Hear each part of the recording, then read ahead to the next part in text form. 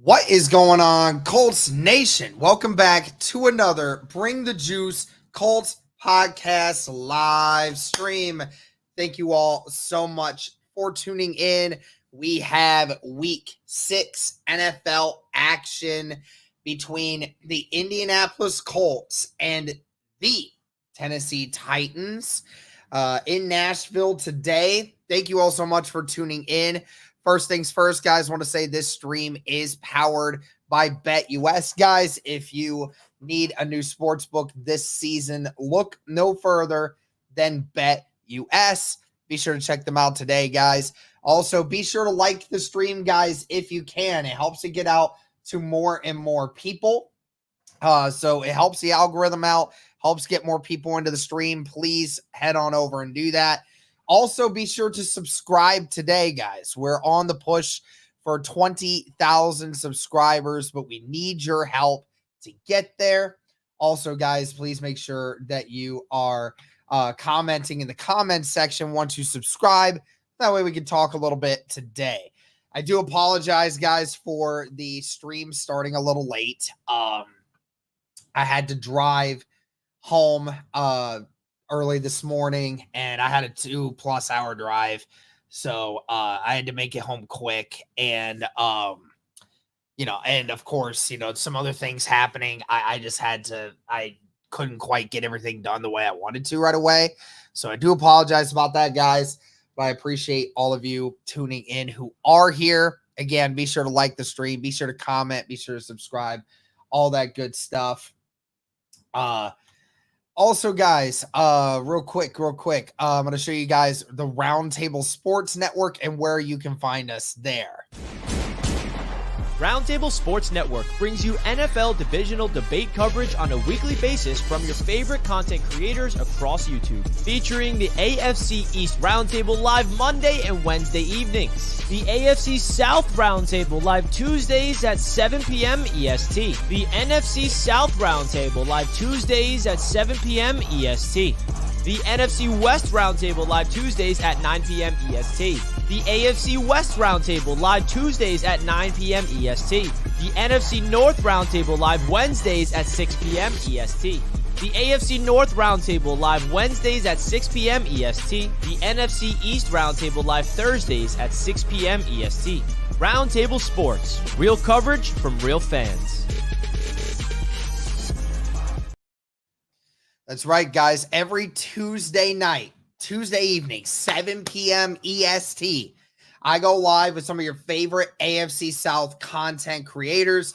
We go on there, we talk a little smack, we talk about our teams, and talk about AFC South football. It's some really great stuff, guys. Would really appreciate your guys' support by heading over there and doing that.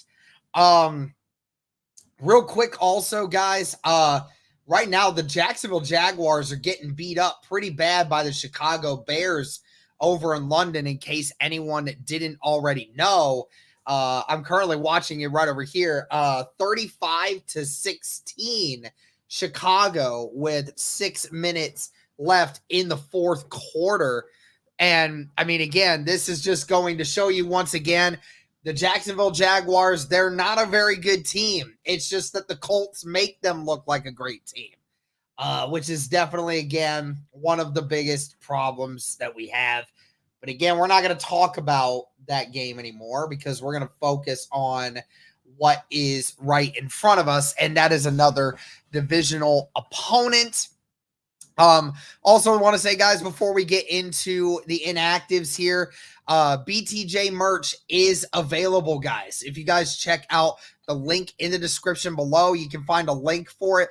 Also, you can find a link on the AFC South Roundtable stuff as well. They have some Colts merch over there too that you guys can check out and grab for yourself. So would really appreciate if you guys could check that out.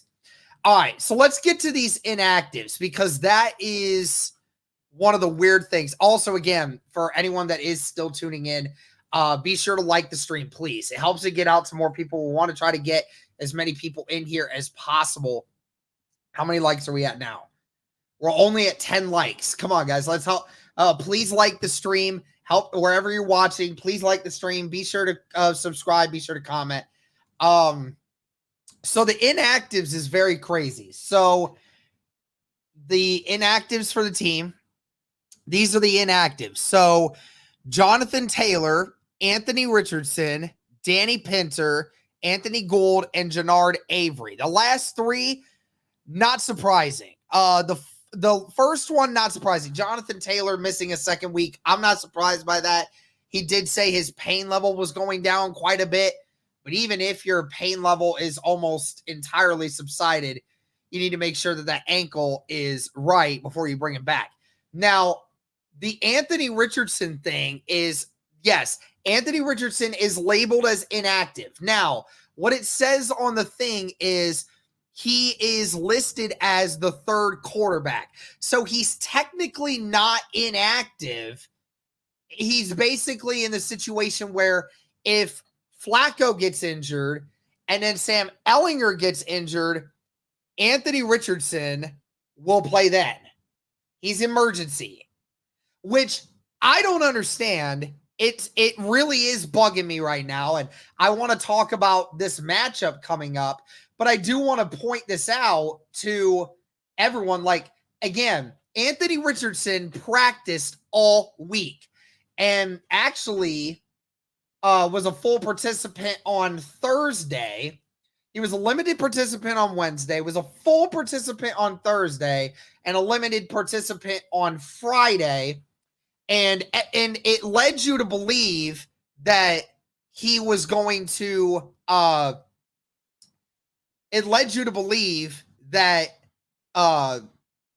he was going to end up playing in this game. And you had multiple people coming out. I don't know how much national media covered it, but there was a few people that commented on it and said, it looks like it's trending in the right direction for Anthony Richardson to play on Sunday. I mean, they said, oh, it looks like he's going to be good. So I am very shocked by this. I know the reason why they did it. They're going to give him one more week. You don't have Jonathan Taylor. You're playing against maybe the best defense in the league at the moment. So all in that I get. But without going too much into it, I mean, these are the reps he needs. I mean, I know he's not 100%. He might be 85%. But, like, how many other quarterbacks have played through not being 100%? Even some of the all-time greats have had to play games where they're really hurting. And Anthony Richardson didn't look like he was limited in practice the other day. Like him being able to move around and throw. So I'm so confused by it. I understand why they're doing it, but I don't like it that they're doing it. These are reps that he needs. And if you're going to just keep getting him out, if you're just going to keep letting him sit because he's not 100%, then we might as well just call this now. But anyways, give me 1 second, guys.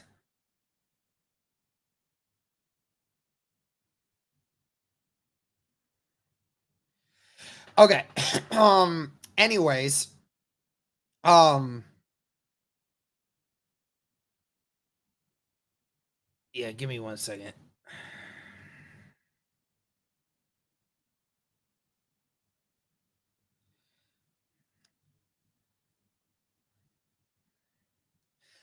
Yeah, so I agree, Paul. You're right. He can't be babied. This is not what the Colts should be doing with this kid. Anyways, so the other inactives. Now, this is crazy, guys. We'll move on from the Anthony Richardson stuff. Maybe we can revisit it before the game starts. Also, shout out to everyone that is tuning in right now. Please like the stream, guys, wherever you're watching. Please be sure to subscribe. We're on the push for 20,000 subscribers, but we need your help. We need your help. Thank you guys so much for all that you do. Even though it might just feel like a little subscribe, we greatly appreciate all of you tuning in and joining me on these live play-by-plays. And be sure to comment, guys. We greatly appreciate you. Anyways, let's move on to the rest of the group. Outside of Jonathan Taylor, everybody else is playing, which I will admit was actually a little bit of a surprise to me. I did not think that we would have this sort of situation. So, Dio was a late addition with a hip. He's playing, sounds like. Grover, not related. Ryan Kelly was not on the inactive list. So, looks like Ryan Kelly will be returning at center, which is a great thing for this team. Ryan Kelly getting back is definitely a great thing. I mean, that's no jab at Tanner Bortolini. I mean, Bortolini has been phenomenal. Do wonder if he'll be the right guard today or if Dalton Tucker will be. My guess is Tucker will be. But nevertheless, I think that we have no issues there with him. Also, Kwity Paye is back this week, which is absolutely huge. That he's back getting some chances.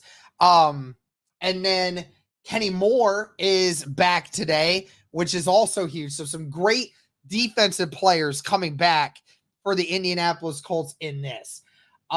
Braden Smith is also playing today. Again, he's had that knee injury for the last several weeks, but it sounds like he'll be good to go for that one. Trey Sermon's also back. And then the other ones, which were the surprisers, Michael Pittman and Josh Downs. So 5 days ago, after hearing that Michael Pittman could be headed to IR, he is now expected to play today, which is wild. I mean, listen, I know some people have been like, oh, this is super weird. How is this stuff happening? Michael Pittman might just be freaking tough, dude. He might just be, he really is a farmer, bro. I tell you, like, them guys that are farmers, man, I mean, they ain't got no excuses, man. They got to go do their stuff. They can't use these injuries and stuff as ways of dealing with it. I mean, they got to move on, man. They got to do their stuff. They can't sit around and complain. Michael Pittman out there, he a dog, dude. And Juan, I will say this. It wasn't the medical staff of the Colts that said he should go to IR. They actually went to a specialist and they said he has a serious back injury and should probably sit out for a few weeks. But Pittman's toughened through it. It sounds like Pittman will play through the injury as long as he can, which I love. I love that fight. You know, again, like, apparently Pittman has a worse injury than AR, but Pittman can play and Anthony Richardson can't. I just don't understand.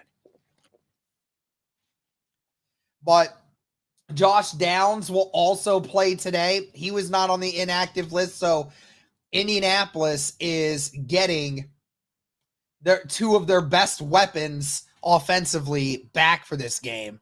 So it's huge for this team. And, you know, obviously for Joe Flacco coming back in once again, it's definitely great to see that he will have all of his weapons outside of Jonathan Taylor available for this game.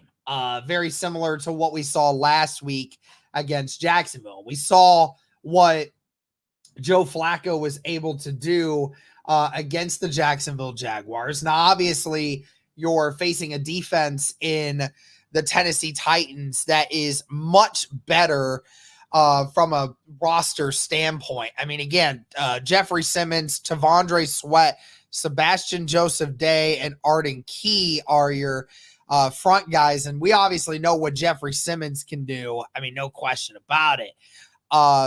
Linebacker core, I mean, they have Harold Landry and they have Kenneth Murray and Ernest Jones. I mean, a pretty solid group of linebackers there. And of course, those that secondary that, you know, they brought like a whole bunch of new guys in. You obviously got Amani Hooker, Quandre Diggs, L'Jarius Sneed. Daryl Baker Jr. is actually going to being start of that. So you got to look to try to target Daryl Baker's side of the field. We obviously, as Colts fans, know what the Colts can do there. But it definitely is going to continue to be the Joe Flacco run offense today. Joe Flacco, who has looked in the last 7 quarters that he's played, has played some pretty dang good football, I would say.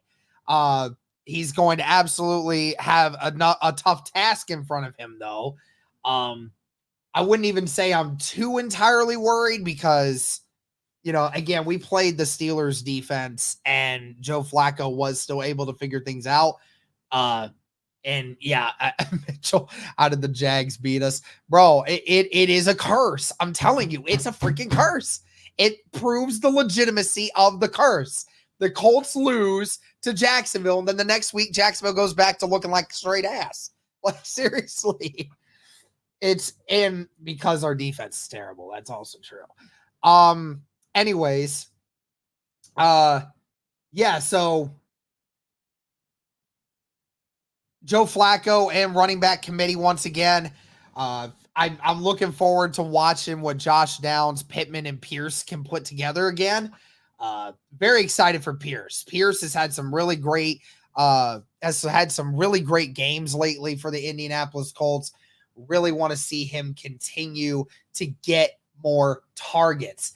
I hope that the Colts media and Colts people saw the tweets that people were putting out saying that, Alec Pierce is one of the most efficient people at putting yards together this year, and he has to see more targets.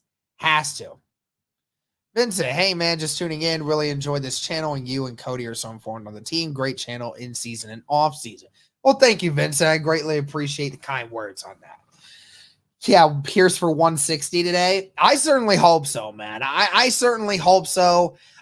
Don't know what to expect with the running back group today, especially with the situation of knowing Will Fries is out for this game.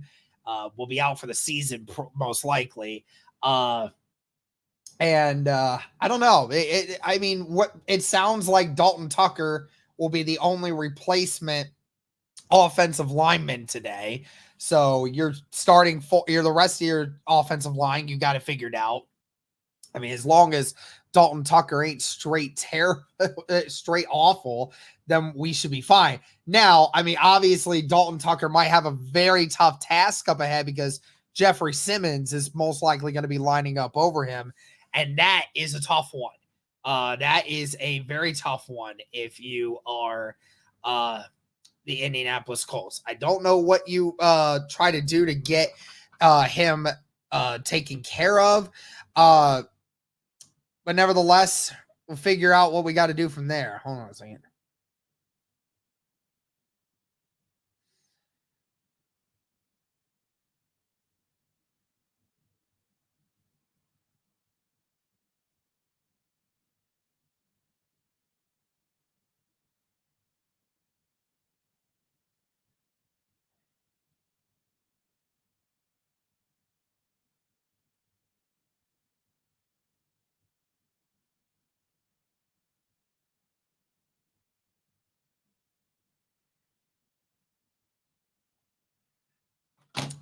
All right. Yeah, going forward here, let's keep it moving. Feeling like Ogletree or Mallory could have a really good day. Hey, I certainly hope so, man. Also, shout out to all of you. Almost 300 people watching across X and YouTube right now. Be sure to like the stream, guys. Please. Please be sure to like the stream. It helps to get out to more people. Want to try to get this to over 100 likes before the game starts. Got a little over a half hour to do that. Let's keep it going, guys. Be sure to subscribe if you haven't already. How would you feel about us hiring Robert Saleh for DC? I'd love it, but I mean, we're not going to do that during the season. So I saw a stat earlier that said 13 of Indy's 22 starters have missed at least one game. I know we have so many bad injury problems. It's actually insane. Anyways, sorry, just trying to get this set up. Okay, there we go. Anyway, so yeah, like I said before, the Indianapolis Colts with Pittman and Downs back is going to be huge. Like I say, even if you had AR or Flacco, it doesn't really matter. You need, it's good that we're having those weapons. Was very concerned when I saw Downs and Pittman on the report. I was like, if we're going to go into this game with Alec Pierce as wide receiver number 1 and then nobody else behind it, I was like, I'm scared.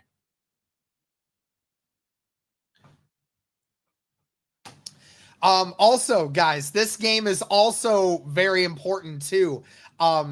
It's not his shoulder, it's his hip. True. It has nothing to do with the shoulder that he injured last year. It has nothing to do with that. Anyways, guys, I don't know if anyone caught this on the AFC South roundtable on Tuesday. Or no, it wasn't on Tuesday. It was when we dropped the preview video. Mr. Clean with a $5 super chat. There's also a feeling my liquor cabinet has a good game today. Cheers. Well, be safe, Mr. Clean, with how much you're drinking, man. But nevertheless, thank you for the super chat, man. Cheers to you. If we lose, this is coming off. So, yeah. So, I mean, some of you may actually change your view on whether or not you want the Colts to win today or not because of that. I mean, who knows? But nevertheless, if the Colts lose today, I bet Titans Rossi these. So if he loses, he gets to shave off his beard and he's going to come in all baby faced on Tuesday for the AFC South roundtable.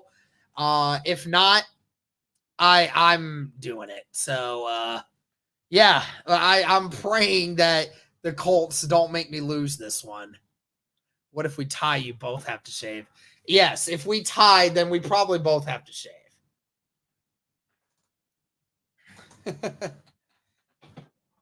If the Colts lose, they're the worst team in the league. I wouldn't necessarily say that, but I think it'd be close. I'm cutting my blue mohawk if we lose today, Derek. No, don't do that. Marquise, don't do that, man. A blue mohawk is too cool to just get rid of, man. Oh. All right. And I will apologize to you guys. I did not get a trivia question for the day. Again, just so many moving pieces. I didn't really have the time to put one together. I already started the stream like super late. So again, I do apologize to you guys for that. But yeah, we could start talking about the defense here. Actually, before we do get into that, do want to say that this stream is powered once again by BetUS, guys. If you're looking for a new sports book this season, look no further than BetUS, guys. They have some of the best betting varieties in the game. Some really great stuff here. I'm actually going to go ahead and get this uploaded for you guys here so we can actually take advantage of this bet right here. So we're going to go ahead and we're going to go to football and we're going to find this Colts game. And it looks like it's holding strong at the Colts with a +3 here. We're going to actually going to take the we're going to definitely take that. And then we're going to go over on this one because, again, the Colts seem to always be putting up overs right now. So I'm going to put a 25 burger in here. So if you do the +3 for the Colts and the over on a 42 for this Colts versus Titans game, you put 25 in there, you can win almost $60. Be sure to check out BetUS today, guys. And if you guys check them out right now, they have a great promo that's going on. And I'm going to show you guys that right here. 150% sign-up bonus up to $2,000 on your first deposit. And then if you use the promo code YouTube150, you will also get a 125% sign up bonus on your next 2 deposits. Just be sure to use that promo code, guys, and be sure to check out BetUS today. But again, guys, of course, be responsible. All right. Now, in other news, Evan, yes, go Colts. Let's go, man. Who has more rush yards, Goodson, Hall, or Sermon? I'm going to say Goodson. I will say this. Steichen's going to have to continue. You're going to have to get creative with this.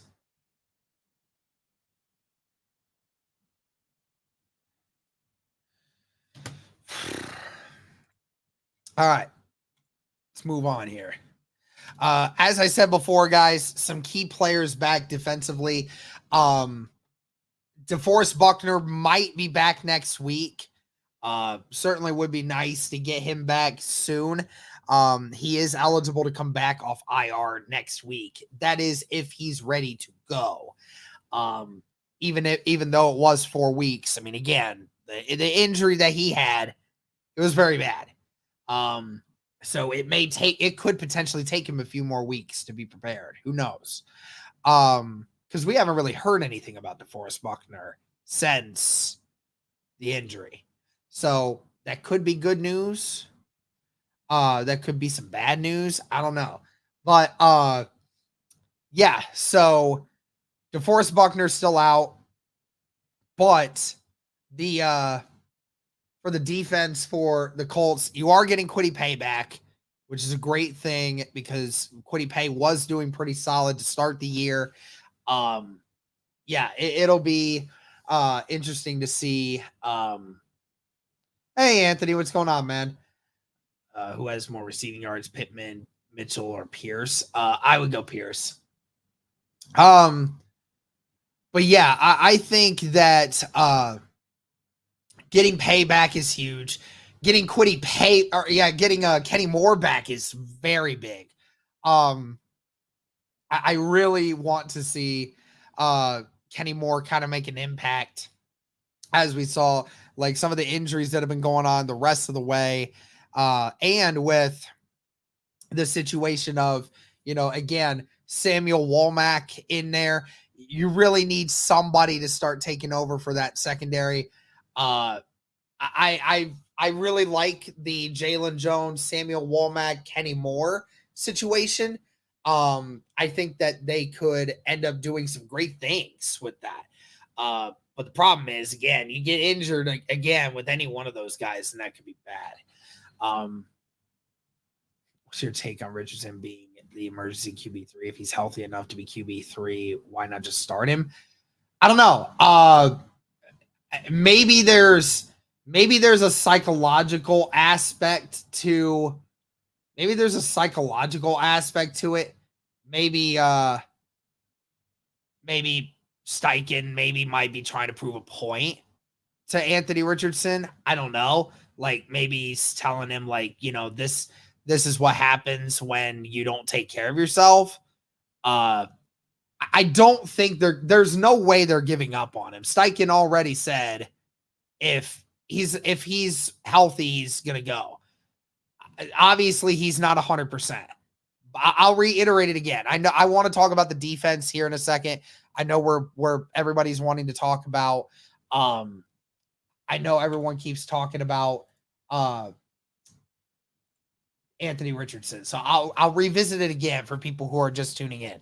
Also, shout out, be sure to like the stream, guys. Be sure to subscribe, be sure to comment. Greatly appreciate everybody.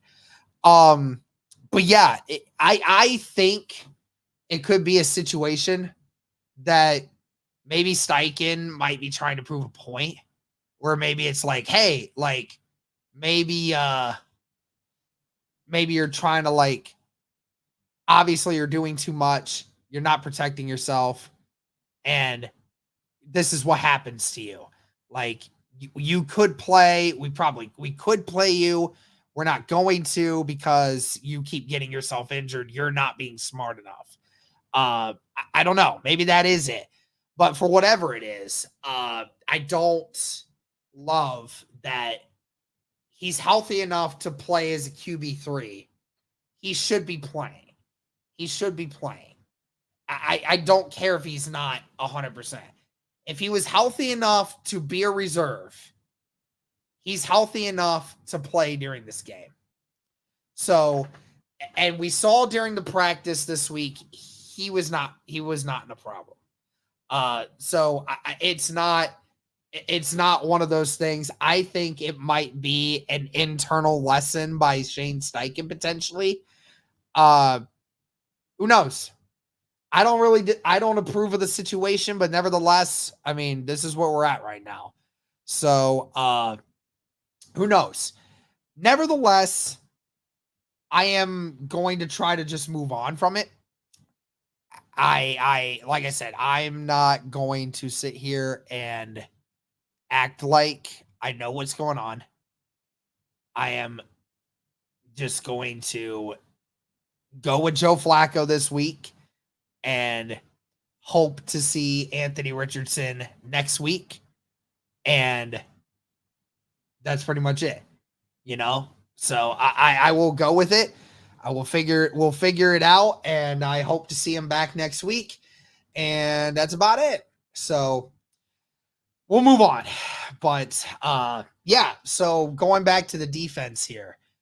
The one other thing that everyone wants to keep talking about, and how will Will Levis look? Well, obviously, so far this year, things have not looked great for Will Levis. I'm actually going to pull up his stats.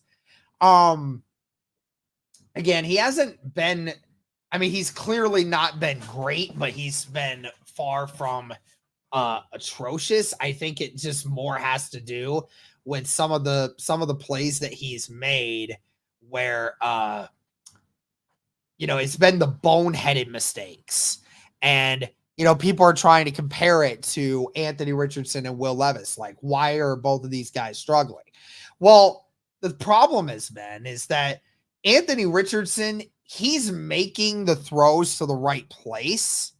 The problem is he's just not executing on the throws. So that's where you're seeing this increase in interceptions and these increase in bad throws and incompletions, things like that. So that's where you stand with Anthony Richardson. Well, Will Levis, I mean, his completion percentage is up around like the high 60s. I mean, it's not like Will Levis has played insanely bad from a passing perspective. I mean, he had a rating of 84.2 against the Jets, had a rating of 92.8 against the Packers. But the problem you have with Levis has been the boneheaded mistakes, and that's what's been killing you as a fan of the Tennessee Titans, is your quarterback just not getting out of his own way. That's the thing. And I'm sure that us Colts fans also have a little bit of an understanding of that too. But yeah, it has not been a great start of the year for Will Levis. And a lot of people are, going into that and saying, oh, well, that just means that he's going to have another great game this time around because the Colts always give up great performances against trash quarterbacks. I mean, again, guys, in the last 3 games against Justin Fields, Caleb Williams, and Trevor Lawrence, has given up over 1,000 yards by those 3 quarterbacks. 1,000 yards.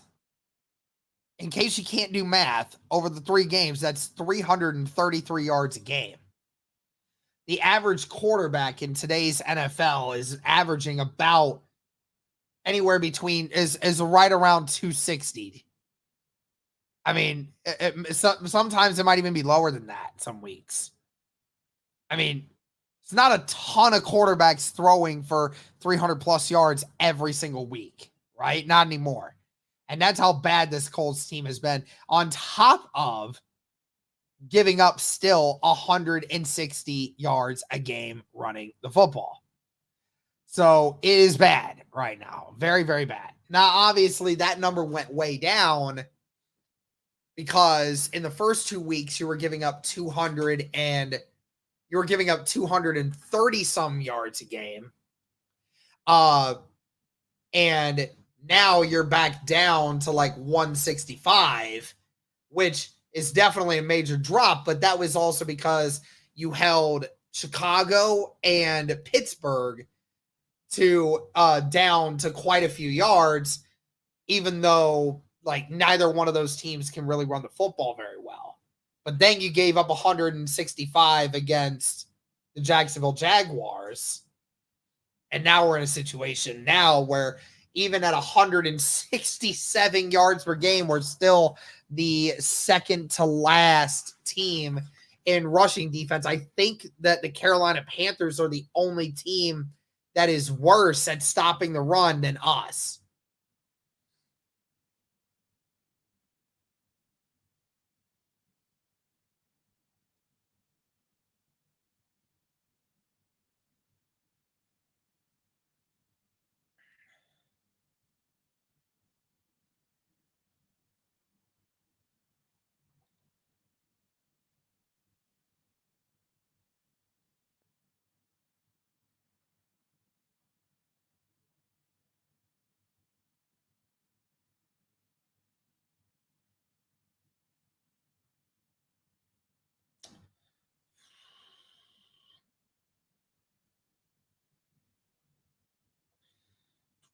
Sorry, guys, just putting together a few things here.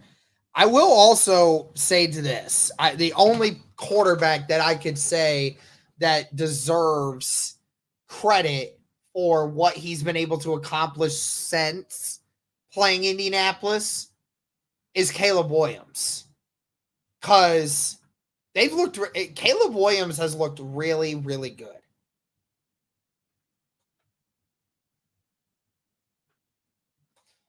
He has looked really, really good since playing Indy.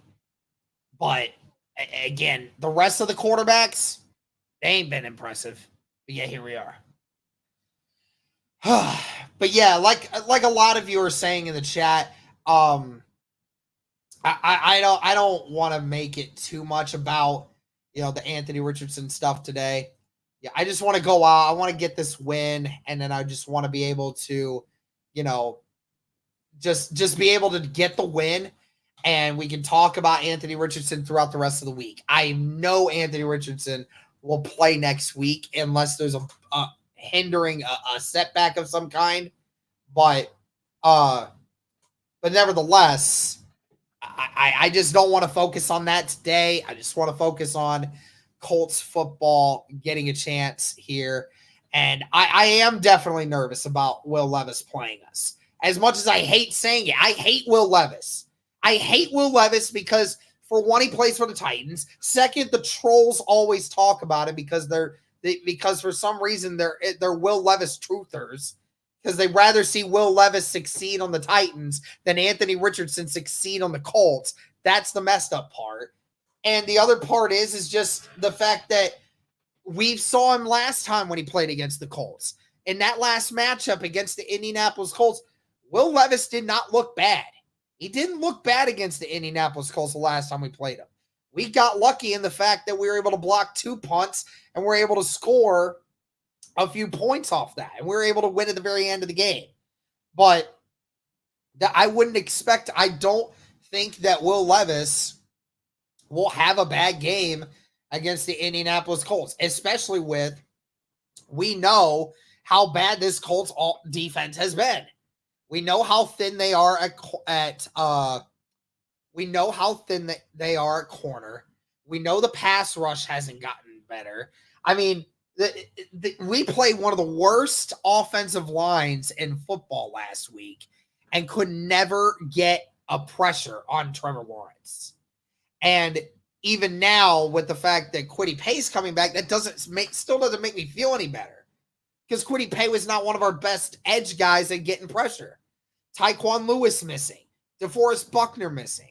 Samson Ebukam being gone. That really hurts, right? Like, so stuff like that happening. But I just don't know. Even with this struggling offensive line for the Tennessee Titans, I mean, let's face it, the Tennessee Titans offensive line ain't been nothing to be celebrating about either. They're not really good. They're not good. But yet the Colts seem to just be unable to take advantage against these bad defense or bad offensive lines. We saw last year where when the Colts played obviously good fronts, then we were able to, we couldn't really compete with great offensive lines. When we played bad defensive lines or offensive lines, we killed people. I mean, we remember the game against Bryce Young and the Panthers. You talk about the Patriots game. You have a couple different examples like that, right? But it's just not a situation where I feel comfortable that this team's going to get any kind of pressure. I would love for them to prove me wrong. But I don't know, man. I'm just hoping that, you know, we figure this out, and I hope that this defense comes ready to play today, because if not, we're in for a world of hurt.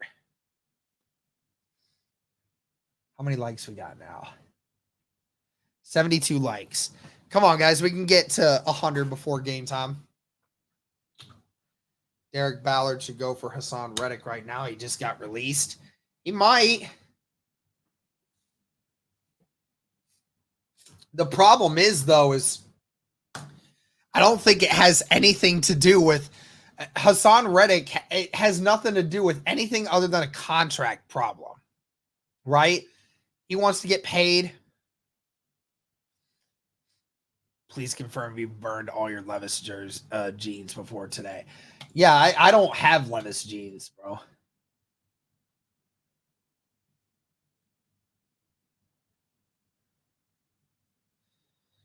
Levi's.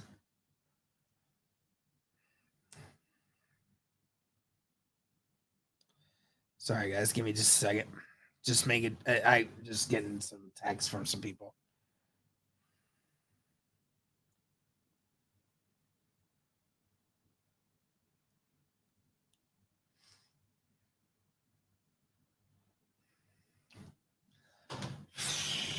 Yeah, Reddick wants a fat contract. Yes, he does. That's the only reason he's not playing. It's not that he's hurt. It has nothing to do with that. But yeah, guys, about 15 minutes. 15 minutes before game time. What's the injury report for both teams? Well, I don't know about the Tennessee Titans, but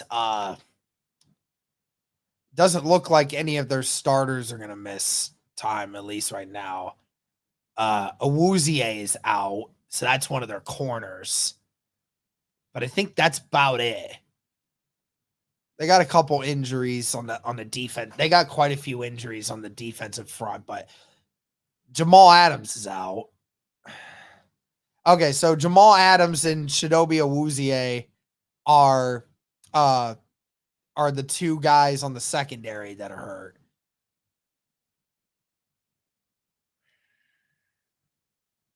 Thought Simmons was out. Doesn't look like it.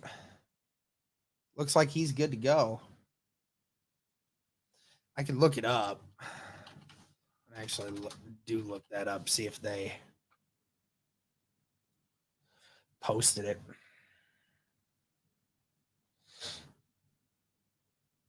Yeah, no, they yeah, no, there's nothing on there for Simmons, so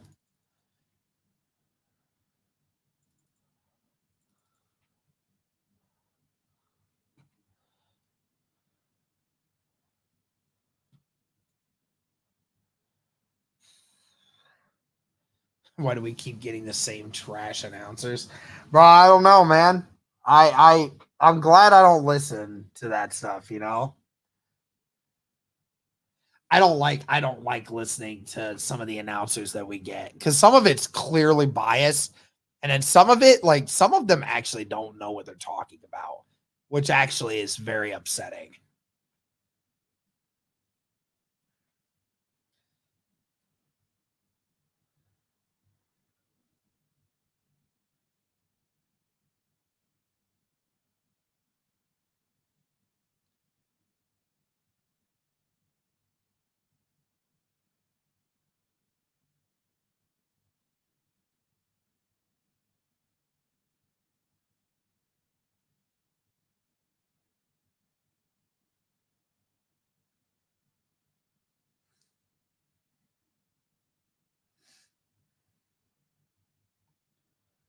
No, Kurt, he was probably not going to play this week. His ankle's still bad.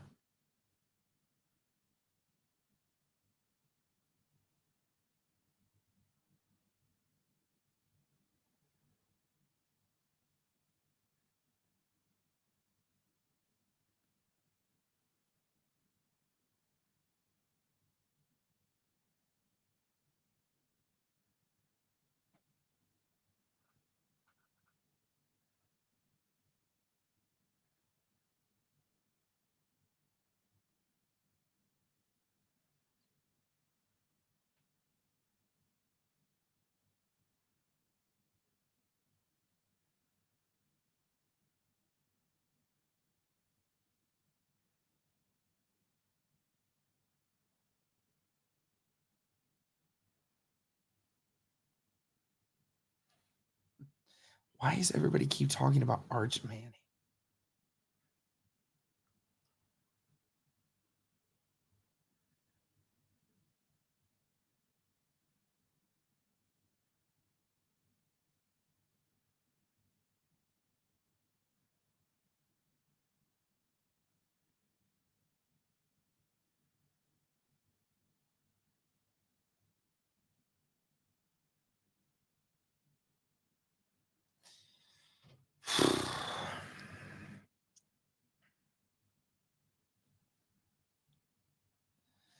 All right. 400 people here. Greatly appreciate you guys. Again, be sure to like the stream if you guys can. Helps it get out to more people. Be sure to comment. Be sure to subscribe and all that great stuff.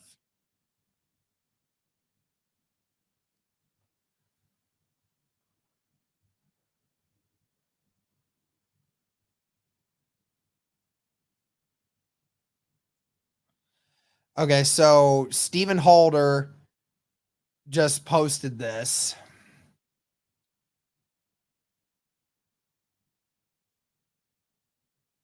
Hold on one second.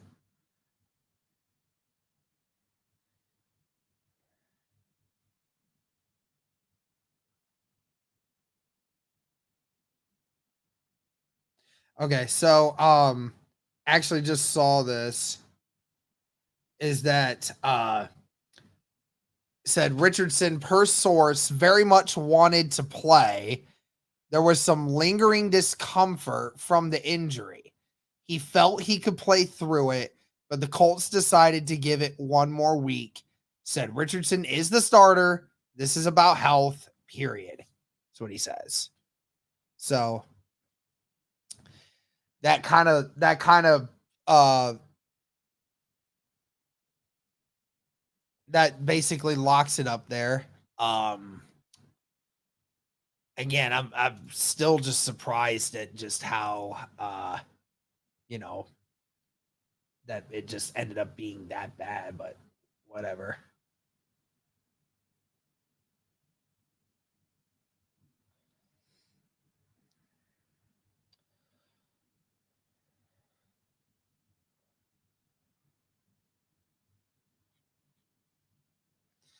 Hey Patrick, how you doing, man?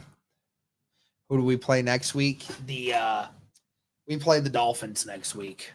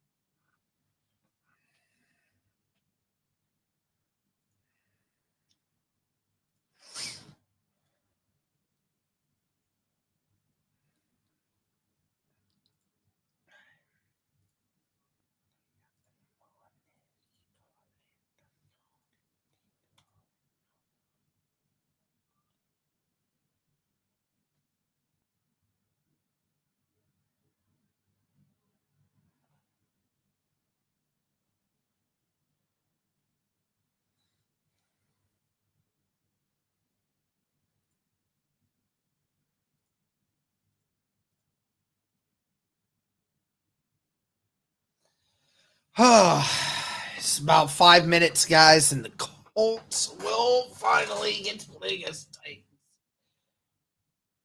Oh. 227 Komet. No, he is not playing. He apparently there was some like lingering pain from the injury that he sustained, and the Colts wanted to keep him out one more week just to make sure that he's 100% for next week. Again, Anthony Richardson wanted to play, and he was optimistic he would, but the Colts wanted to be safe. You know?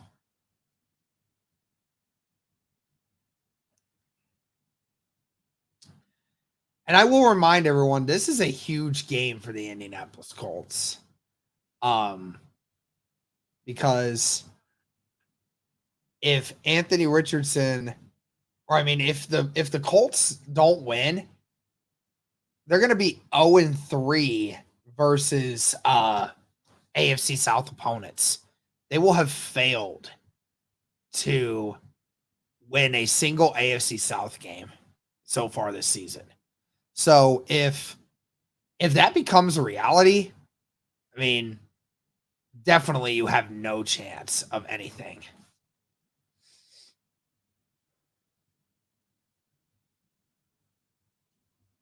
Patrick Emmett with the $10 super chat. Keep up the good work. Thank you, Patrick. Thank you for the kind words. Thank you for the super chat. Thank you.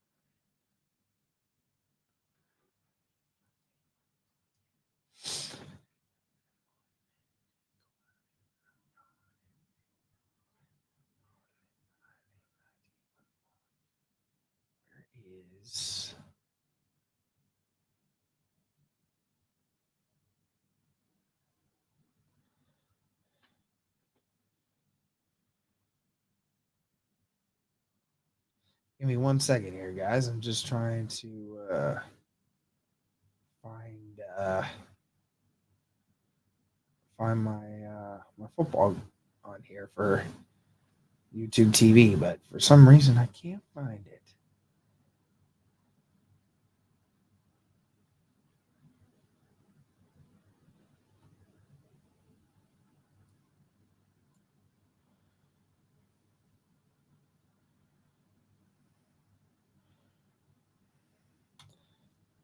That's weird. Maybe CBS doesn't have a game on right now. I don't know. Yeah, no, Juju's out for the season. Yeah.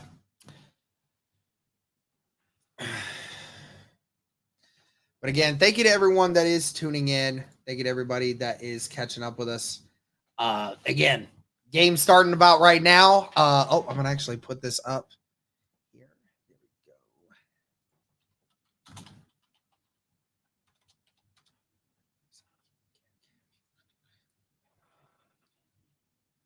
Yeah, I'm wondering why is it that?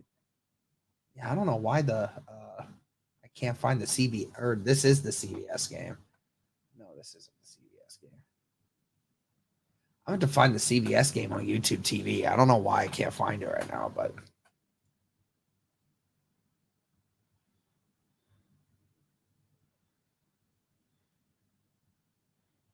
yeah, I don't know. It's not there. But Colts are going to get the ball first, and we are underway. Colts Titans, Week 6 NFL action.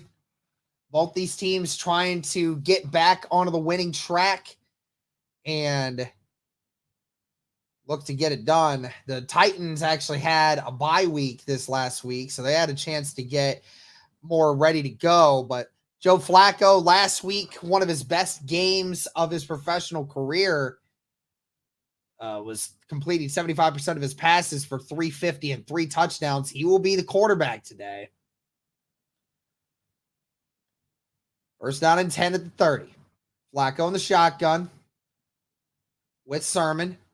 He's got time, and he's looking deep down the field, and it's short to Kylan Granson. Might be a good thing that it was short because the safety came running in. That was Quandre Diggs. A lot of Colts fans I know who that is. A lot of Colts fans were wanting Quandre Diggs on the Indianapolis Colts during free agency. Colts getting some key offensive starters back. Downs, Pittman, and Kelly. Be another pass. Flacco stepping up, finds Pittman. Pittman gets brought down right around the line. Might be a half yard shy of a first down. Looks like he will be a half yard shy. But Michael Pittman, who was reported as potentially going to the IR this week with a back injury, came in and practiced on Friday, said he felt better, and says he's going to tough it out until he can't play anymore. The big defensive front for this Tennessee Titans team is a load on him, and he's going to get the first down and more. That's Sermon. It's a gain of maybe 3, and that is a first down, first run for the Colts there. Again, no Jonathan Taylor, went out in week 4 with an ankle injury. Says he felt a lot better in practice this week, but it wasn't quite ready to go. It's going to be a screen pass for Downs. Downs has blockers in front of him. Gets pushed out at around the 48-yard line. There's a gain of about 5. Look for Tennessee to try to be aggressive. They want to be able to try to get after Flacco. But this is one of the underrated aspects of Flacco. Flacco, just very smart, very wise. Obviously, in his, 17th, 18th year now in the NFL. He is a guy that has seen it all, been through it all. He knows what it's like. Downs will go in motion. It's going to be a handoff to Sermon. Sermon, with a few jump cuts, gets to the 49 of Tennessee. It's a gain of about 3, so it'll be 3rd and short once again. Colts have to get that run game consistently going. They don't have to run it a lot, but they have to consistently get good runs. And with this offensive front, there should be no reason that you can't. Sermon, who is the running back 1 in absence of Jonathan Taylor.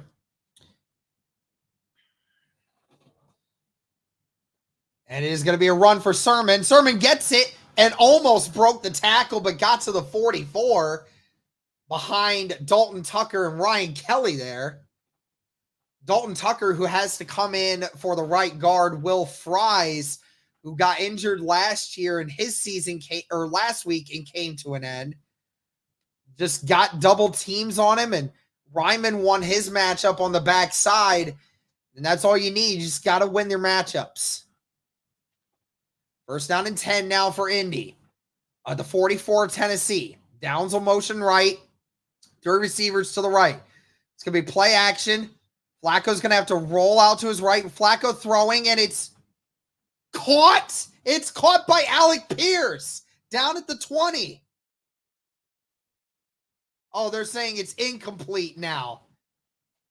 It looked originally like he caught it. Alec Pierce, the ball made contact with the ground, and it helped him to corral it in. The official that was right in front of him didn't make the call. It was actually the back line judge the front line judge that called it. Alec Pierce just couldn't quite corral it in, had to dive for it and couldn't quite hold it. It's 2nd down and 10 at the 44 now. 2 receivers to the right, 2 tight ends on the left. 3 minutes have gone off the clock. It's going to be another RPO here. Sermon picks up the blitz. He's got someone deep. Doolin couldn't quite corral it in. He was open. Joe Flacco put it on him and Doolin couldn't corral it. Well, we were wondering if they'd be aggressive to start the game. They weren't until late in the game, and Flacco had a clean pocket, just lobs it up there. I couldn't tell. Doolin couldn't quite corral it because it looked like it was just out of the reach. I mean, that was close.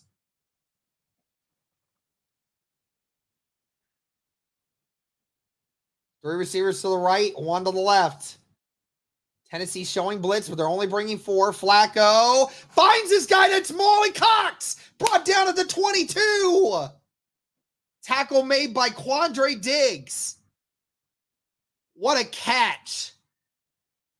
Joe Flacco just throws it behind Molly Cox so he doesn't get leveled by Diggs on his front. And Diggs trying to hit him. He's just too big. And he just stumped him. And Diggs is actually down on the field. Amani Hooker also there on the tackle.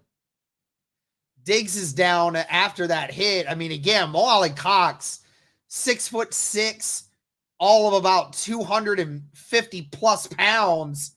And Diggs threw all of his might into his back. And it did nothing but just stand Molly Cox up straight while he was still kind of in the air. And Diggs just fell right down. So the Colts got out of the 3rd down and 10.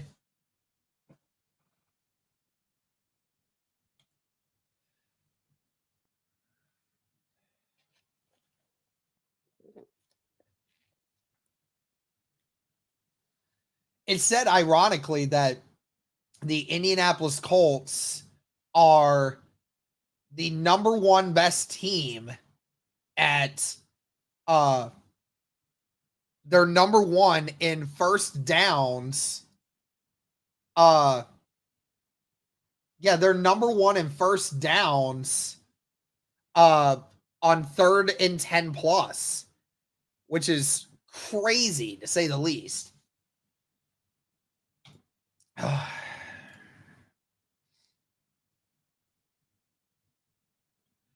Well, Colts marching down the field on this drive.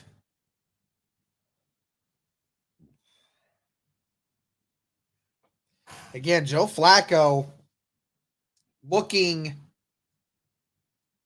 in sync and just he's on it right now. Again, shout out to 523 people watching right now, guys. Please be sure to like the stream. It helps it get out to more and more people.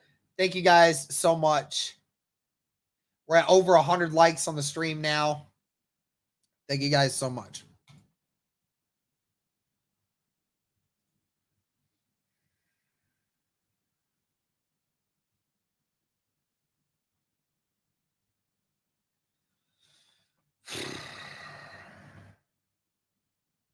Wow. I'm watching the Eagles game, and it says the Eagles are the only team in the NFL that haven't scored a point in the first quarter this season. That's wild. How have you not scored anything in the first quarter? I mean, even the Colts haven't been that bad. The Colts offense hasn't been bad all year. Oh, my gosh, what a botch snap. That was bad. All right, here we go. Colts on their first drive. Marching down the field on this Tennessee defense. Down at the 22, almost in the red zone. Again, the only offensive starter missing Will Fries and Jonathan Taylor as Diggs goes to the blue tent. 2 receivers to the left, 1 to the right. Tight end on the right. It's going to be another pass. Flacco looking for the end zone. Caught by Josh Downs. That's a touchdown. Josh Downs with a diving catch. Josh Downs was wide open, and Joe Flacco connects. Flacco just puts it up, and Josh Downs, we know he can go up and get it. They put a linebacker on him and no safety help on the outside. and Josh Downs was one-on-one with a linebacker, and that is going to hurt you every single time. And Matt Gay's kick is up and good. The Colts strike first. 7-0 Indianapolis with 11:17 left in the first.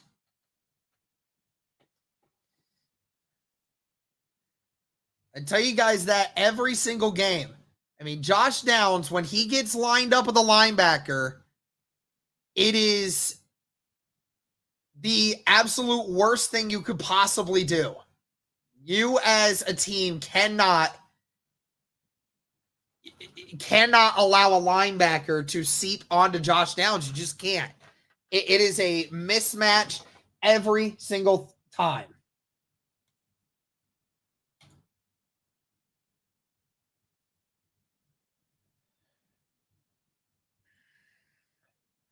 Josh Downs with 2 catches on that drive. 10-play, 70-yard drive there for this Colts team. Joe Flacco, once again, off to a good start. Remember, the first couple drives that Indianapolis, the first drive Joe Flacco came in, he scored a touchdown when the Colts went down the field with Anthony Richardson. Then the first drive of the Jacksonville game, Joe Flacco was 7 of 7 for a touchdown. And now, this time, scores another touchdown on the opening drive for the Colts. No doubt, Joe Flacco has this team moving early. Matt Gay's kick is up, and that will not be returned as that goes out of the back of the end zone. Tennessee will get the ball to start at the 30. Will Levis comes out. Will Levis looking to try to improve upon last year. It hasn't been a great start. Tied for the most interceptions this year. I think that's also with Anthony Richardson. And 9 giveaways by Will Levis, which is the most among NFL quarterbacks. So Tennessee definitely not off to a great start giving up the ball. If the Colts want to win, they need to be able to get stops, and they need to get a turnover or two. Take advantage of this.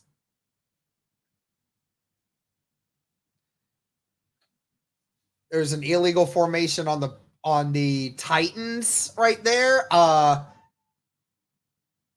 don't know what happened there. It was before the play even started. I don't know what happened there. But okay. Brian Callahan, first season as Tennessee's head coach, was the offensive coordinator for Cincinnati for multiple years. Ever since Joe Burrow had come in.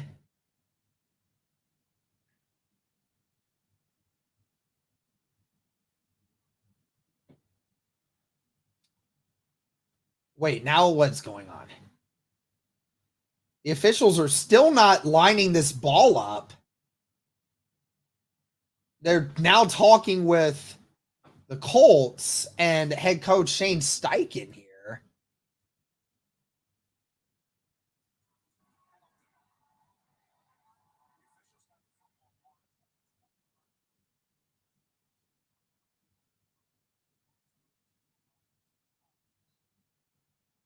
Yeah, I'm trying to figure out what is going on here. They have him marked at the 25.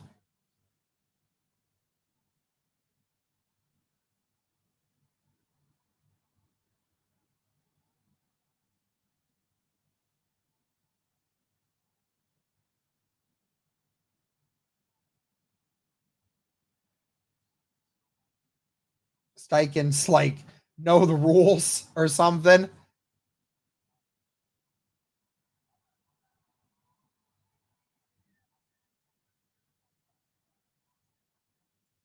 Okay. I'm guessing there was a chance to either re-kick or to move them back 5 yards. I don't know how that works. I have no idea, but Steichen was not happy with them not knowing. 2 receivers to the right, 2 to the left. First down and 10. Gonna be a run for Pollard, and it's a big, oh wow. He was brought down by Carlisle. That was about to be a really big one had it not been for the tackle of Carlisle. That's a gain of 7. Again, like, I've never seen more players for the defensive line for the Indianapolis Colts break through, but yet still not be able to make the tackle in the backfield. I don't see it ever. Anyways, 2nd down and 3. Levis back to throw. He's going to throw the screen. That's Pollard. And it's a loss of a yard. It's going to be 3rd down and 4 coming up. Tackled by Taven Bryan and Zaire Franklin. Again, Kwity Paye coming back in. Great to see him back in there. Had to miss the last week with a quadriceps injury. The Colts really needing some defensive linemen back to get better in a rotation. Colts 3rd down conversion percentage this year, 27.5%, 4th lowest in the NFL. There's 5 wide receivers here for Tennessee. Will Levis all by himself. 4 to the left, 1 to the right. It's going to be another screen, and he's brought down. Tackle was made. I couldn't tell who it was. But whoever the corner was on that left side made the tackle.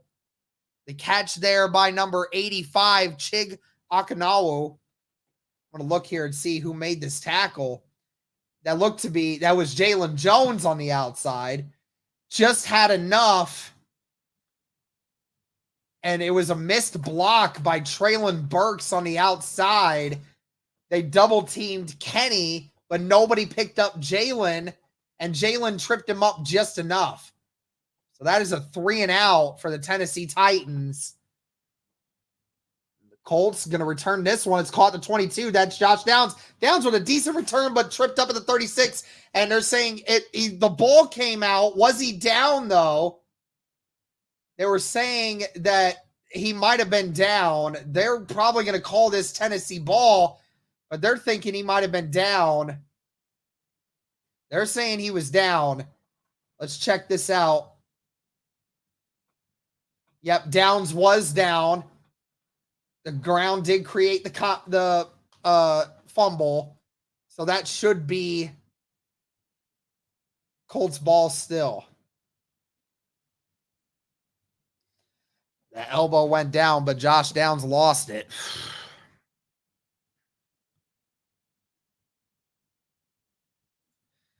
Yeah, I was freaking out too, dude. I was like, what the heck is happening? Oh, man.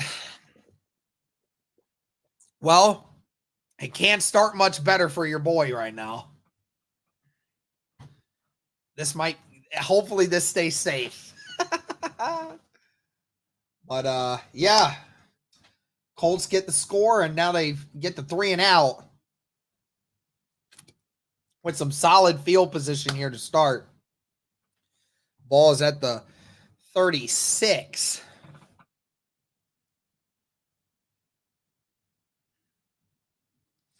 Just watching the Browns game over here a little bit, too. Browns and Eagles. Apparently, I don't get the CBS game today. I don't know if CBS is just not playing a football game right now or what, but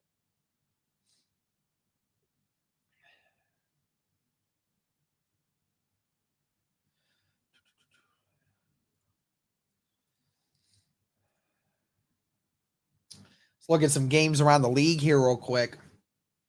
Buccaneers with a 14-0 lead over the Saints early. Commanders with a 3-0 lead over the Ravens. Packers 7-0 over the Cardinals. Texans 7-0 over the Patriots. And 0-0 Browns and Eagles. So some early scoring in these games, man.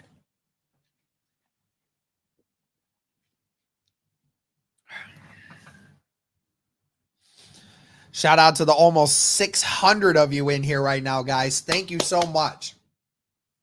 Be sure to like the stream. Be sure to comment. Be sure to subscribe. Greatly would appreciate it, guys. We are trying to push to 20,000 subscribers. If every single one of you took the opportunity to subscribe to this YouTube channel, I would greatly appreciate it, man. Really. Appreciate all the support.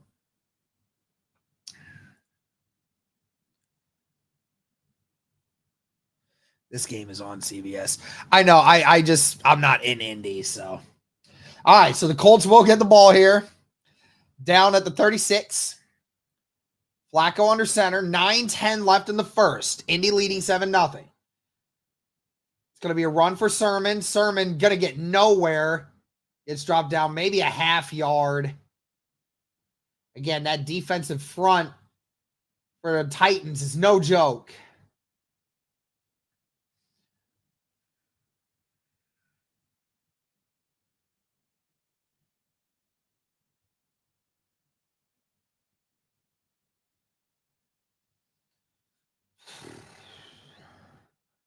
All right. 2nd down and 9.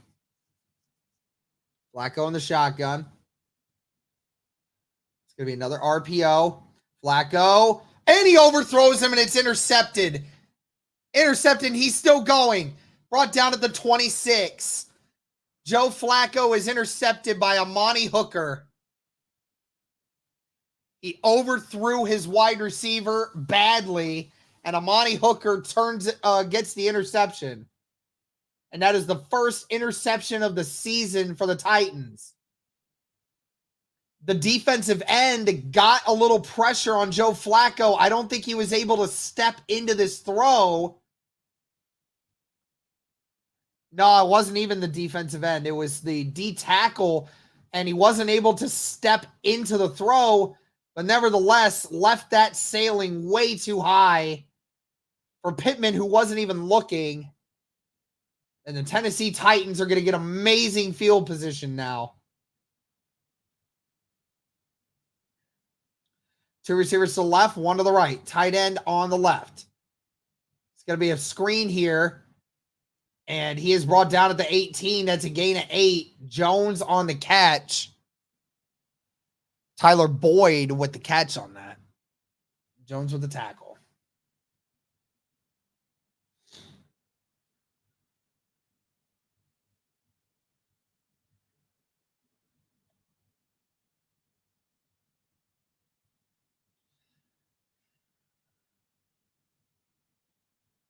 Again, Titans now in the red zone.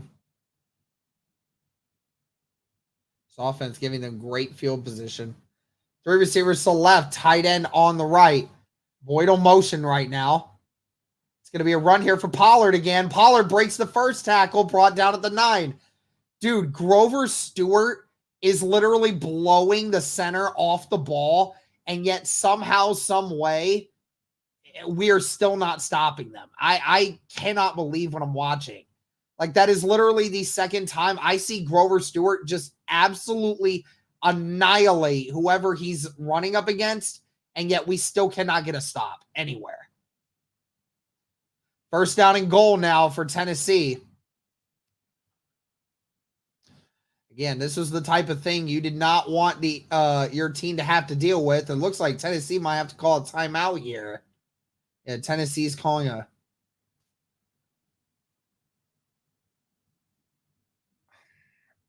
What is going on here?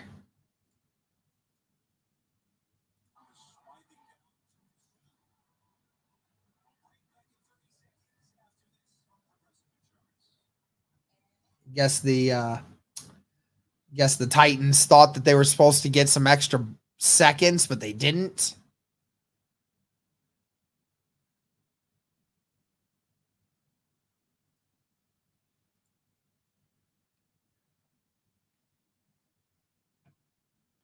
Yeah, the Texans up 14-0 now too. Jeez.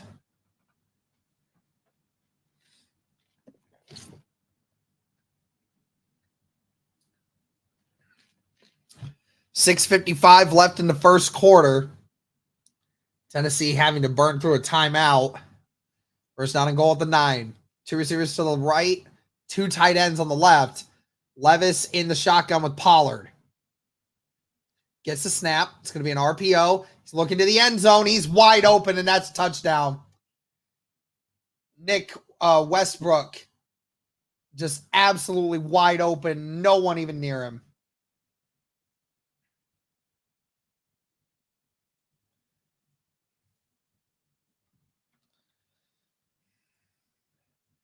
It's just that it's something very similar to what the Colts ran earlier. Again, Westbrook is just going to run the fade, and nobody kept outside. Nick Cross and the corner both bit on the screen pass, and nobody followed Westbrook into the backside.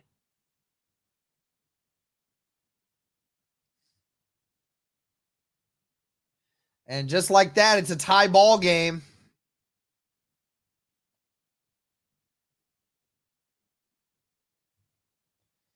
So after the bad pass by Joe Flacco results in an interception, few plays later, the Titans score and tie it up.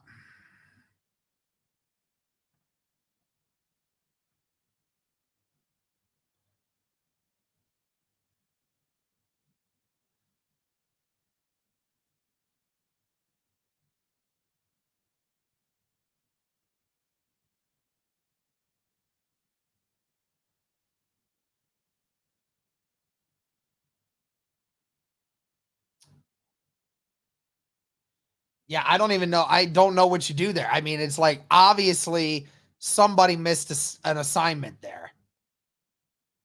Liam Kelly. Hey, dude, I haven't seen you in forever. How you doing, man? How's it going? I didn't even know you were still here. I don't know. I haven't seen you much.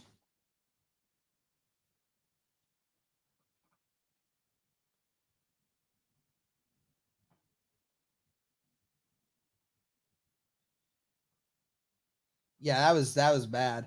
Somebody missed an assignment. I don't know who it was that was supposed to stay back, but I'm fairly certain, unless we were running a defensive scheme that didn't have a cover 3 where they were pulling into the bag, but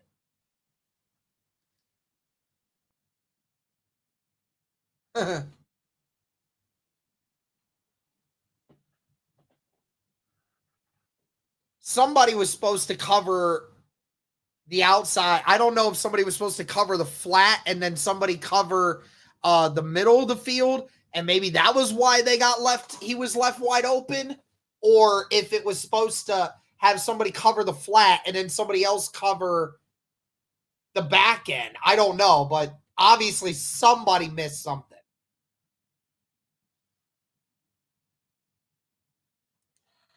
Cover 4, show 2. Oh, okay. Cross was supposed to stay back. He tried to play hero and jump the flat. Yeah.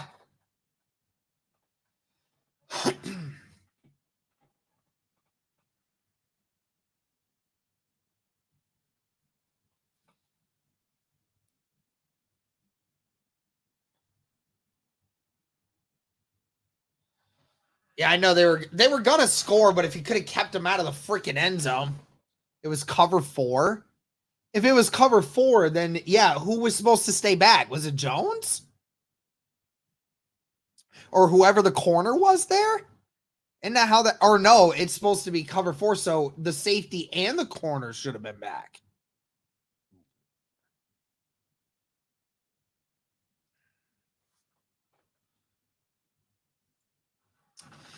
Whatever. Let's move on. Tie ball game, 6:51 left in the first. Colts will be receiving again. Liam Kelly, my guy. I'm here watching every week. Just want to watch AR. Maybe I just don't see a lot of your chats. Then again, I don't read the chat a ton during that. And the return is kneeled. Yeah, maybe I just don't I don't see a lot of your chats, maybe. That's about it. But I appreciate you still showing up, man. I agree. I want to watch AR too. Unfortunately, we may have to wait one more week. Anyways.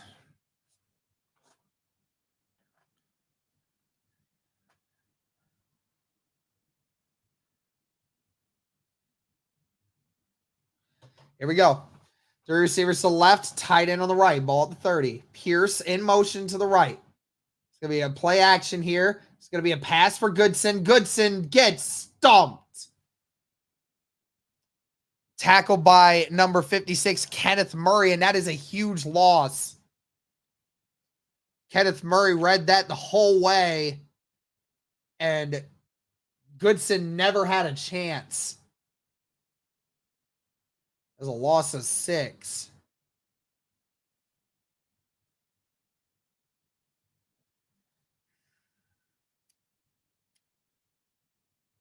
But again, Flacco lobbed it into the air, so it never had any spin to it.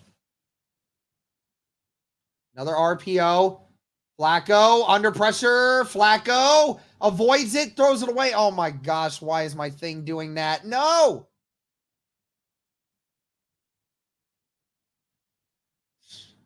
I don't even know what happened. Freaking.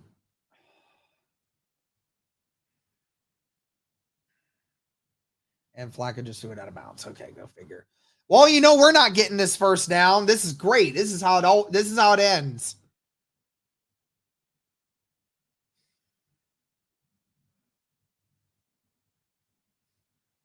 Why are we running screens, man? Well, the drive started with a screen and it ends with a screen. There we go. 4th down and 9. Colts are going to have to punt.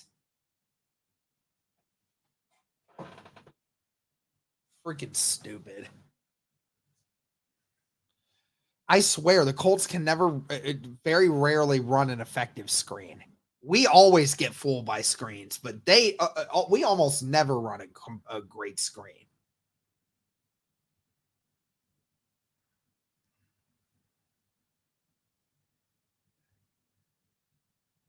On his back, received at the 20, and brought down immediately by Doolin.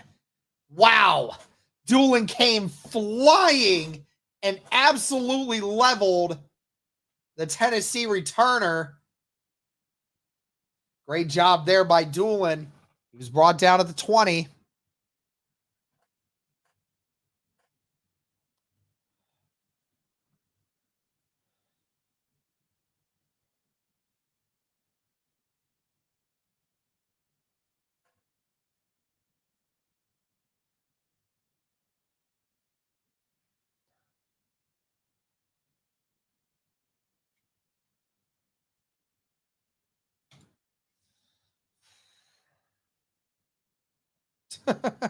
Mr. Clean.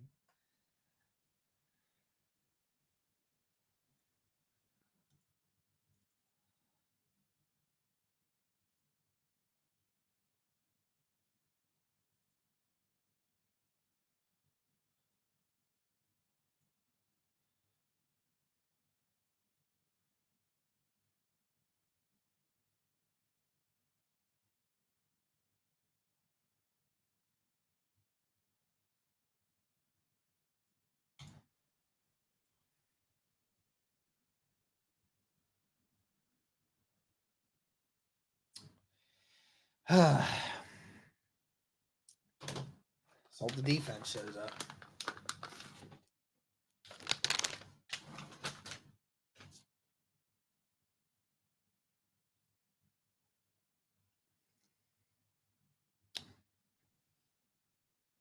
Thank you to the 655 people watching. Greatly appreciate you guys.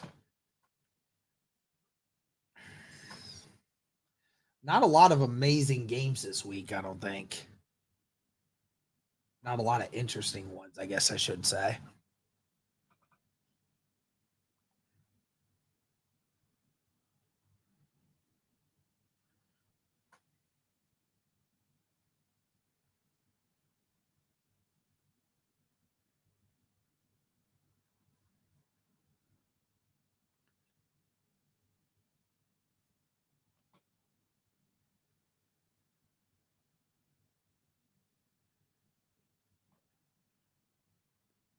All right. 1st down and 10 for Tennessee.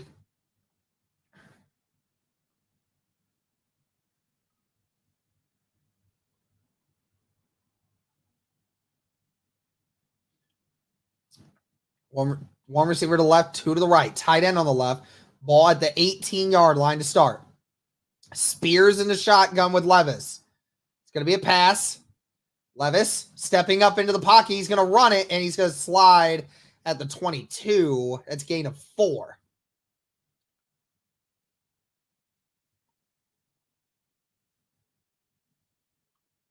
Again, the question today is going to be, can the Colts put pressure on Will Levis? We saw last week against a bad Jaguars front, Colts couldn't do it. And will that be any different this week? You would certainly like to hope so, but unless Gus Bradley makes a change in this and how they blitz, I don't know if there will be. 3 receivers to the left, 1 to the right. Spears is now motioning. It's going to be a tall handoff, and Spears gets the first down, brought down at the 32. That is a gain of 10.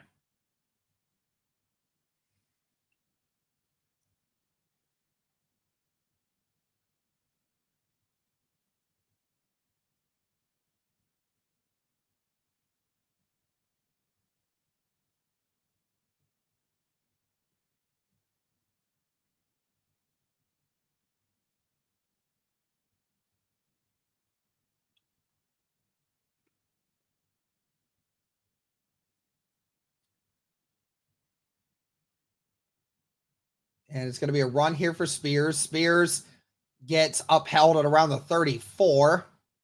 That's a gain of 3.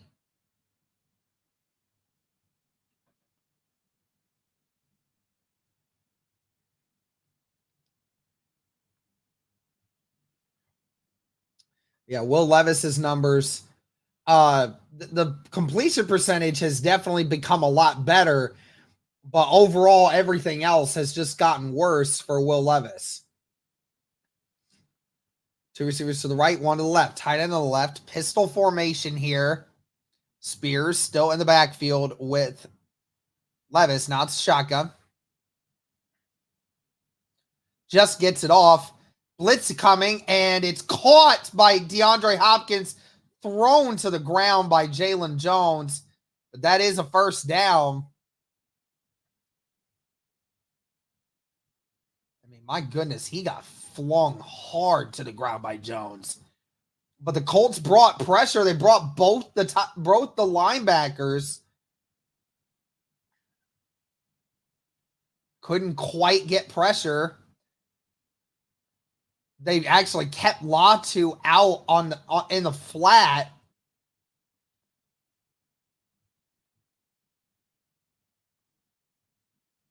It's going to be another run here. And Spears gets to the 45 before being brought down. It's a gain of 3. Taven Bryan on the tackle.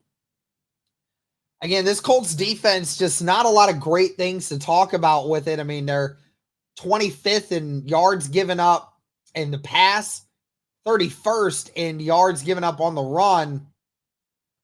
It's just not really been a whole lot. This defense, I know there's been a ton of injuries to it, but there has just been so much that this team just can't get a hold of. 3 receivers to the right, 1 to the left. Ball at the 45 of Tennessee. Going to be a pass here. Levis has time, rolls out to his left. Levis still looking. He's going to move himself. Gets pushed out. Don't know how close he was. Oh, man. One of the ball carrier boys got his knee blown out. He was rolled up on by Levis when he was pushed out. And that ball boy is just down in pain.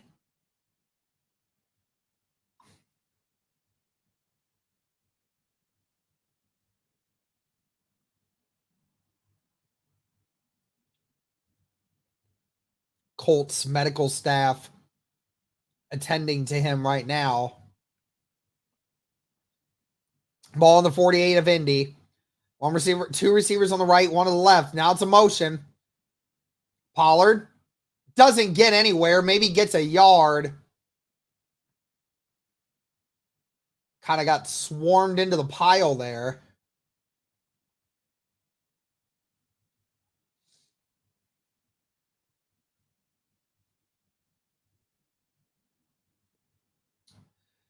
It's one of those things, man. You got to pay attention to what's going on the field, man, because you never know when something like that could happen.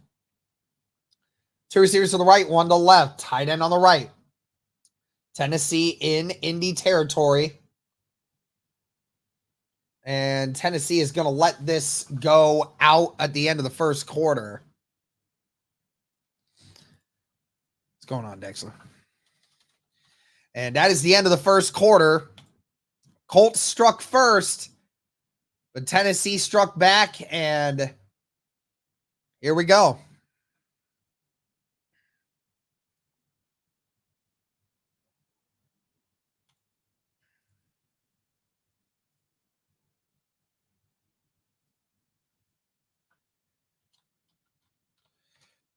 Again, guys, just want to let you know this stream is powered by BetUS, guys. If you were looking for a sports book this season, look no further than BetUS, guys. They have some of the best in-game varieties of bets that you can look for. And go ahead and put this up on the screen right now. The odds are going up on the Indianapolis Colts to lose this game. You guys are wanting to take advantage of this right now. Be sure to go over there and check it out now, guys. Be sure to do that. And again, guys, they even have a new promo code that I'll show you guys right now. 150% sign-up bonus up to $2,000 on your first deposit. And then a 125% sign-up bonus up to $2,000 on your next two deposits if you guys use the promo code YouTube150. Be sure to check out BetUS today, guys.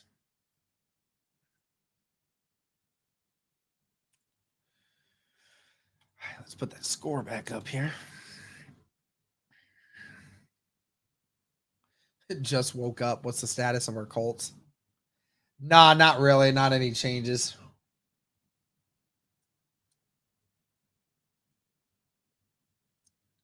Drake May's first start is going about as well as expected.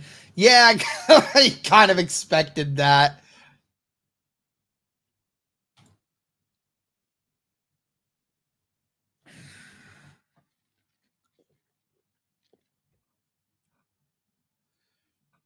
All right.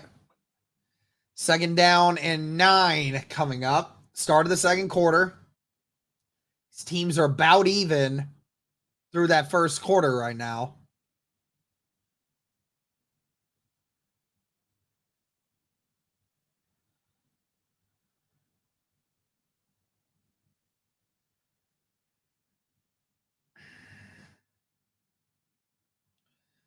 Oh my goodness. And that ball boy that got, or the ball handler that got rolled up earlier by Will Levis as he was getting pushed out of bounds, he's getting carted off the field right now.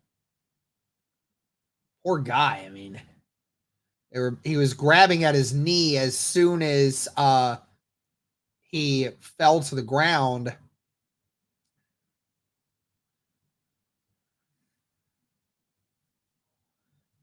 One of very unfortunate things that happens there. It's actually wrapped in an air cast right now, and that lets you know how bad it actually is. I think they might be waiting till they get him off the field before they yep. They're going to get him off the field first before they resume play.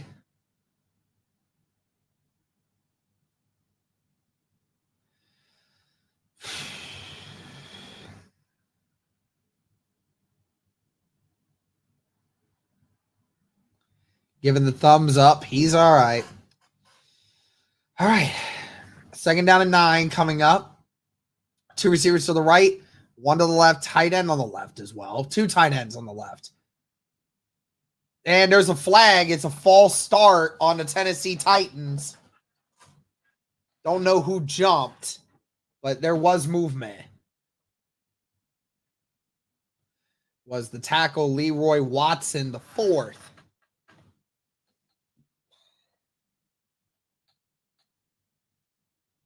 That'll be second down and 13 coming up. 14 coming up, I'm sorry.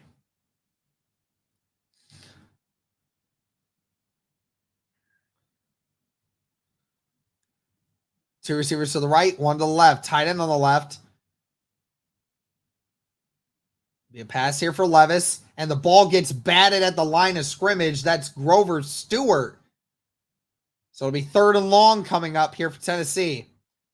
This is a defensive stand that you desperately need if you're the Indianapolis Colts right now.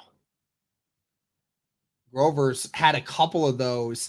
Didn't even bat it down. It hit him in the face mask. He kind of jumped a little bit on the block and proceeded to just have it hit his face mask.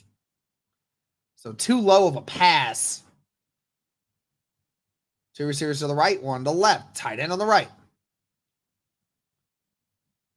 It'll be a pass here. Colts bringing 5. Levis throws deep, and it's out of bounds, but they're throwing a flag. And it's probably going to be a holding on Jalen Jones.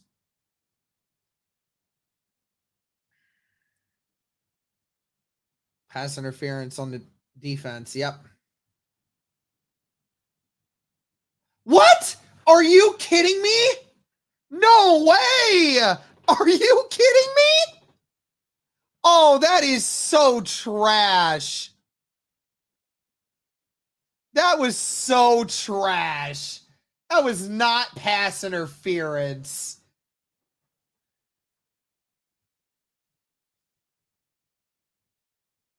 Oh, that is so terrible. Ball at the 47 of Indy now. It's going to be a run. And he breaks out of the first tackle, gets to the 41.5. That's a gain of 6.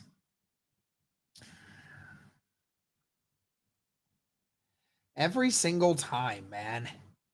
It's always got to be like that. Can just never get stops on 3rd and longs. It's so stupid. Two receivers to the right, one to the left, tight end on the left. Levis is going to hand it to Spears. Spears gets hit at the line of scrimmage, gets maybe a yard. It'll be 3rd down and 3 coming up. Got to wonder if this is 2 down territory for Tennessee.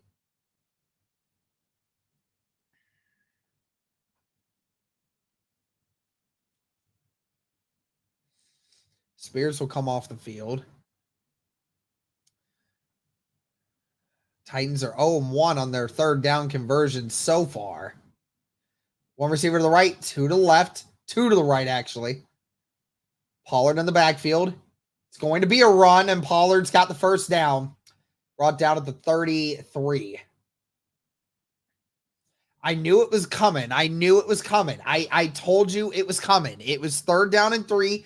You got to wonder if it's 4 down territory because they're right there, and you only had 5 in the box, and there's just way too much room in the middle for Pollard to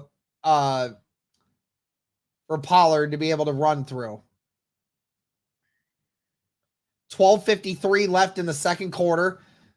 3 receivers to the left, 1 to the right. Now Ridley will motion right.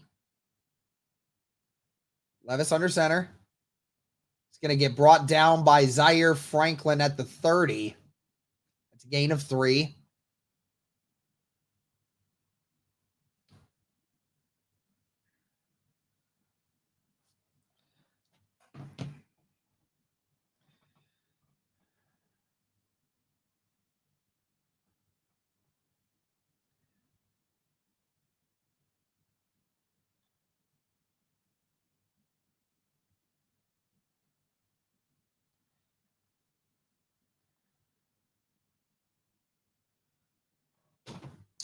One receiver to the right, 2 to the left. Tight end on the left, bunch formation. Colts bringing everyone, but he still gets through. Pollard brought down to the 26. That's a gain of 4. Again, the Colts brought literally almost everyone, and yet they still somehow, some way get 4 yards. It's so stupid.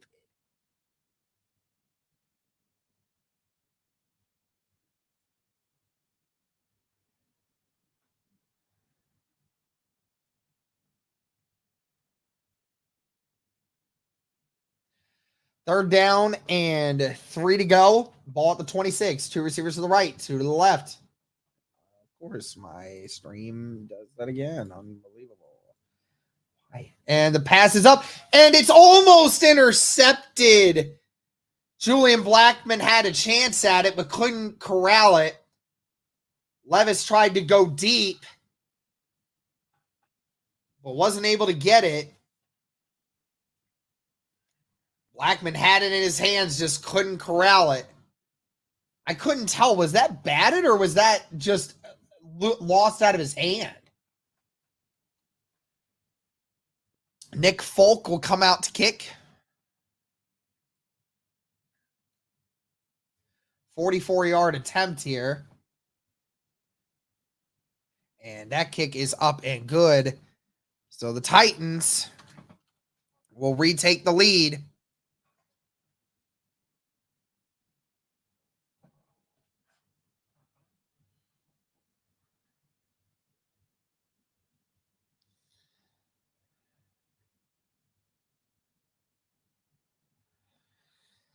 Oh, man.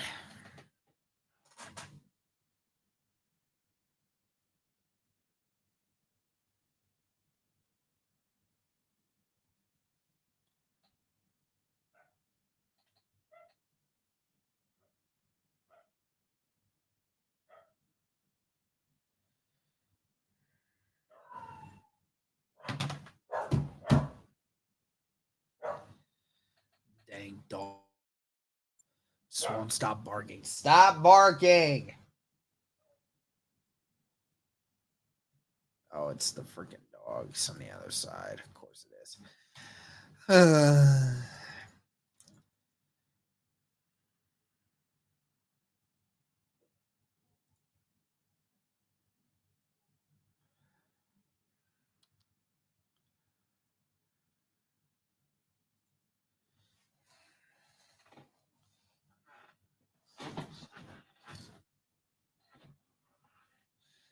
It stinks because it's just like it's always the same thing, right? The first drive, the Colts offensively are so good.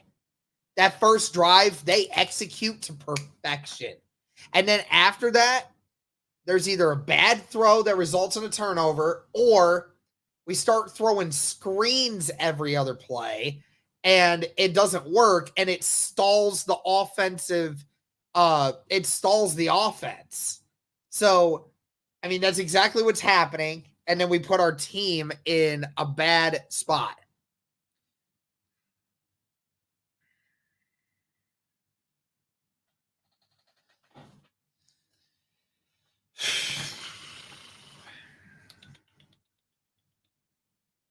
I don't know, man.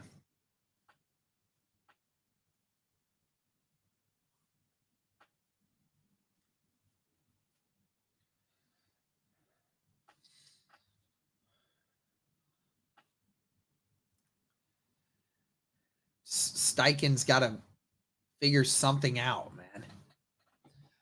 11:09 left in the second quarter. Tennessee with a 10-7 lead over the Colts.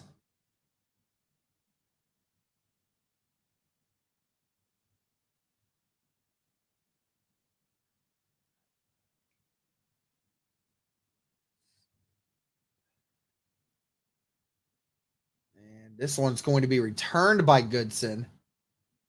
Goodson with some room to the right side. Goodson, a good return here, pushed out at the 45. What a return there by Tyler Goodson. There is a flag, though. It looks like it's coming back.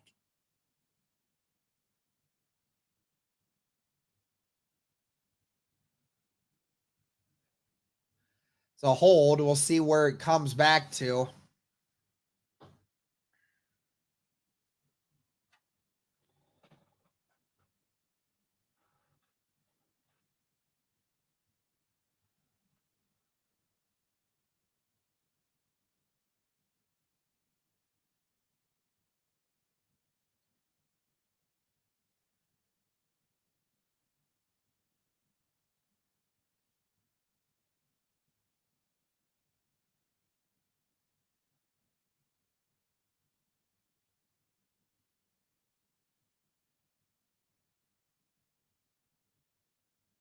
Here we go. 2 receivers to the left, 1 to the right. It's going to be a handoff to Sermon. Sermon gets to the 18 before being brought down.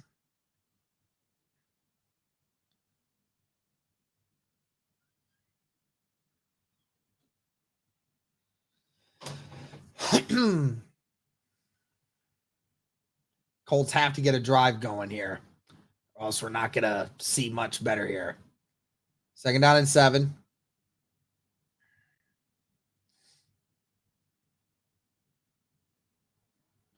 One receiver to the right and left. 2 tight end set on the left.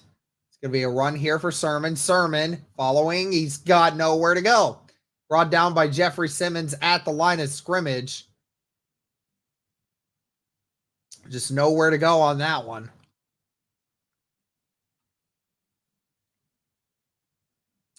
So 3rd down and 7 coming up.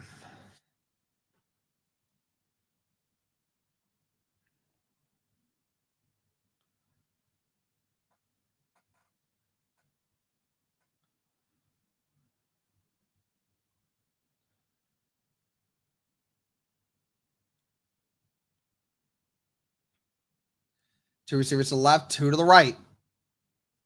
Tennessee bringing 5. Flacco's got to get rid of it. Flacco finds, and that looks like Ogletree. Brought down at the 39. 1st down. We finally see an Ogletree sighting.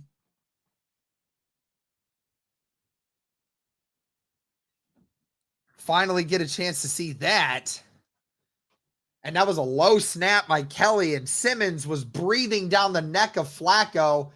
Flacco held in there for as long as he could. It's going to be a run for Sermon. Sermon again gets hit at the line of scrimmage. Ryan Kelly gets blown up by Jeffrey Simmons. Colts' just inability to run the football on this defensive front is really going to hurt them if they're not able to make some plays.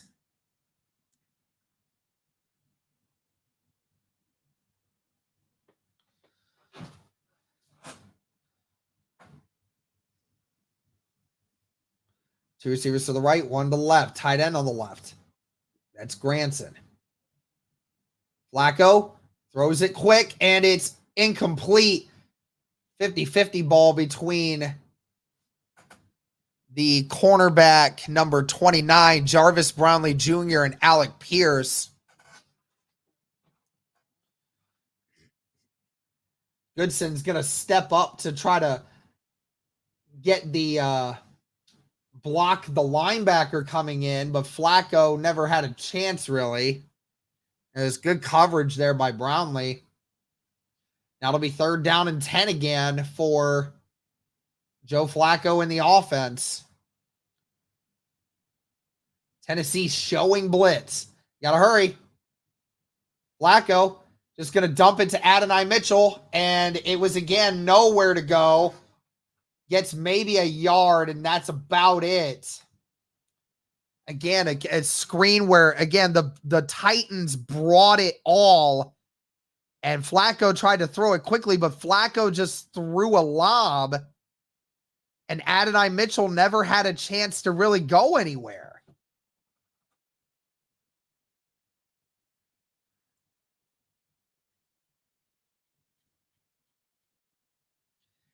I mean, it doesn't help you're calling a blitz. Like, the screen, I didn't even mind the play call there, but the thing was, like, Flacco's throwing these ducks. Flacco's just throwing like a duck to the receiver, and the receiver never has a chance to actually run. Like you can't throw a screen if your quarterback's not even going to throw a dart to him. Like, I don't understand.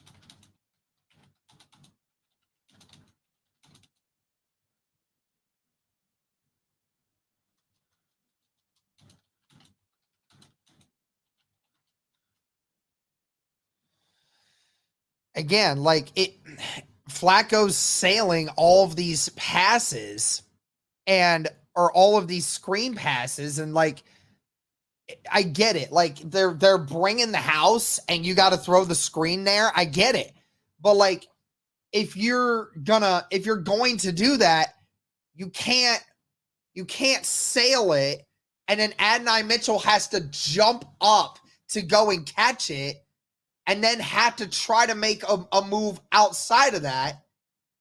It's just dumb.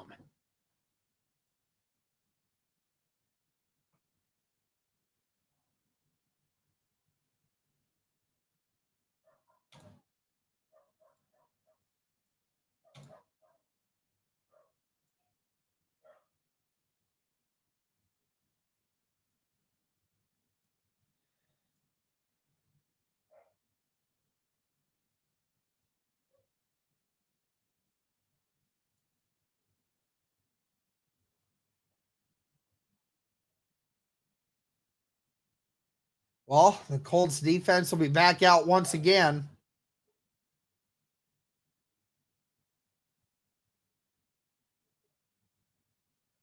One receiver to left, 3 tight end set. Tight end on motion. Be play action here. It's going to be a screen. And Pollard is brought down in the backfield by Nick Cross. Great read there by Nick Cross to make that tackle in the backfield. Was covering the flat and recognized it. And that is a 4-yard loss there for the Tennessee Titans.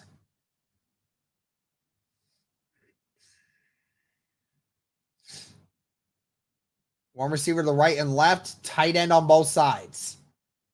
Shotgun here for Will Levis and Tony Pollard.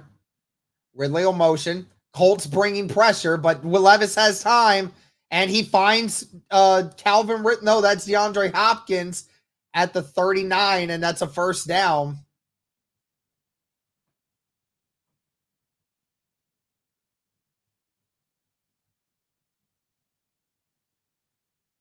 How many did the Colts bring here?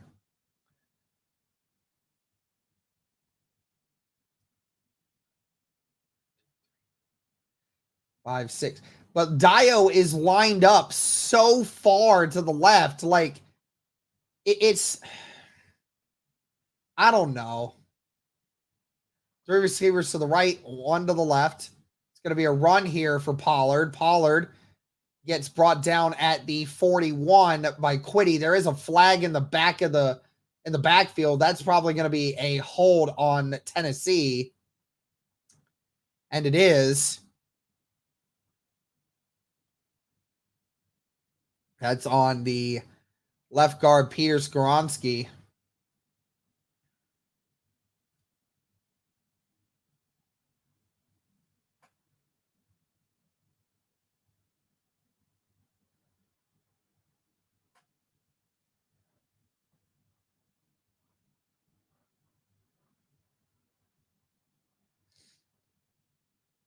First down and 20 now for the Titans.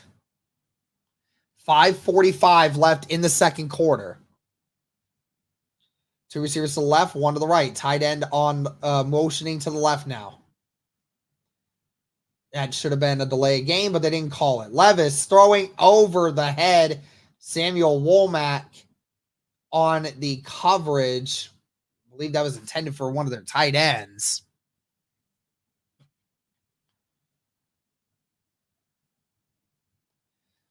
They look to be Nick Vannett.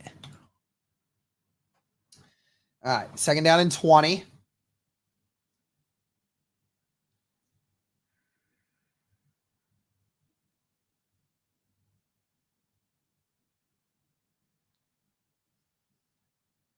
And it's a late sub. It looks like Tennessee's going to have to call a timeout. Yep, Tennessee will have to call another timeout here as the play clock was winding down.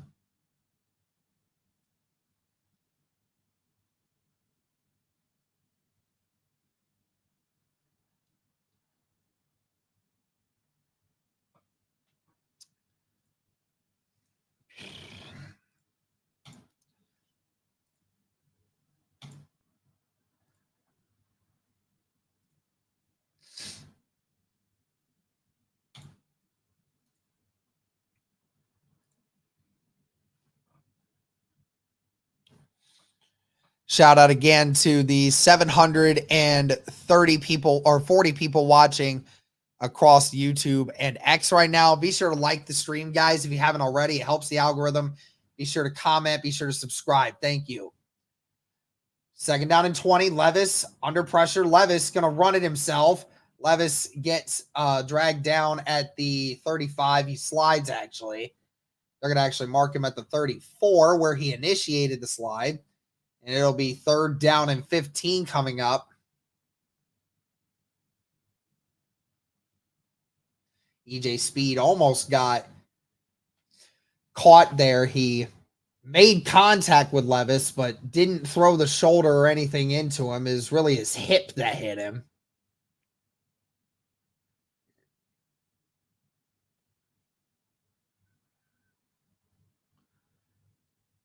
All right, third down and 15. Titans got to hurry up. They're not it, and there's a delay of game that's going to happen again. Or they're going to call another timeout. They're going to get a delay of game. So the Titans have had several times now in this half where they're taking way too long to get the game, to get the play started.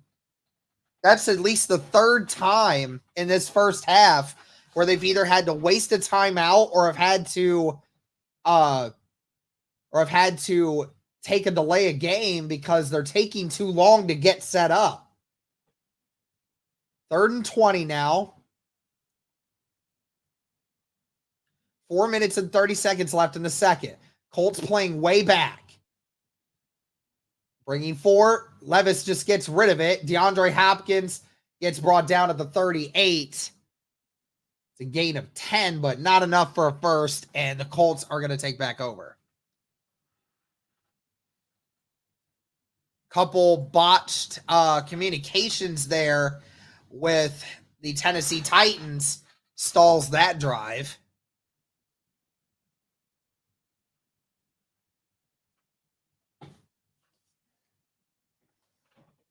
Colts looking to go after this one. Colts are bringing the heat, but they couldn't quite get there. On his way, and this is a booming punt, returned at the 6. Josh Downs has room in front of him and finally gets brought down right at around the 29-yard line.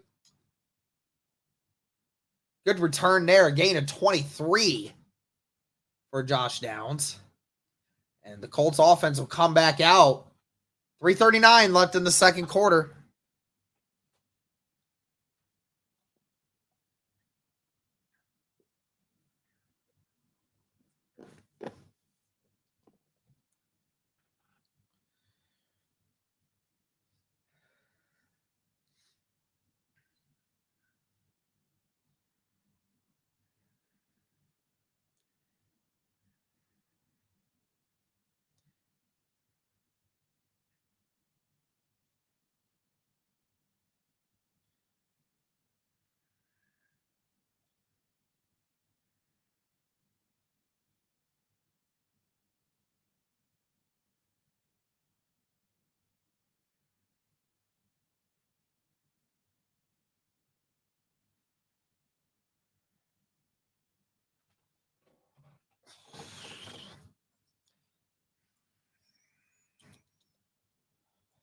Titans Rossi in here. My guy, this game is boring so far. Yeah, you're not kidding there, man. Outside of that first drive, ain't really been a whole lot more to talk about. Who knows at this point who's going to shave? Could be me or Derek. Yeah, absolutely. Yeah, in case anyone that's joining doesn't know, Titans Rossi and I had a bet on the AFC South roundtable where whoever loses this game, these are coming off. So the Colts lose today, this is coming off. So if maybe you want to see that, maybe you don't want to see that. Either way, look to see who gets that.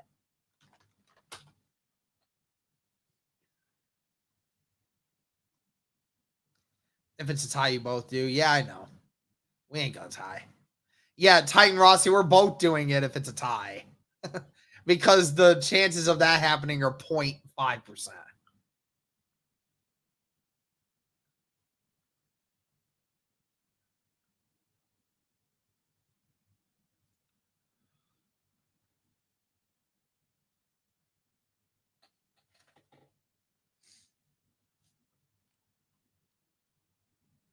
Here we go. Ball at the 29. Flacco going to hand it to Sermon. Sermon with a good run here. Brought down at the 40. That is a first down. Gain of 11. Best run of the day so far for the Indianapolis Colts, who haven't been able to really get anything going offensively running the football. And even the offensive passing game has stalled since the first drive.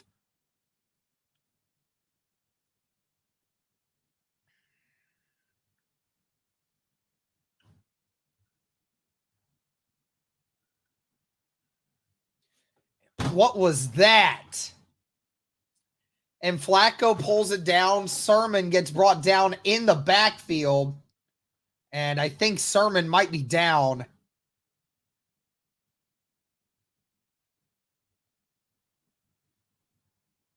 No, he's not. Okay. Second down and 13.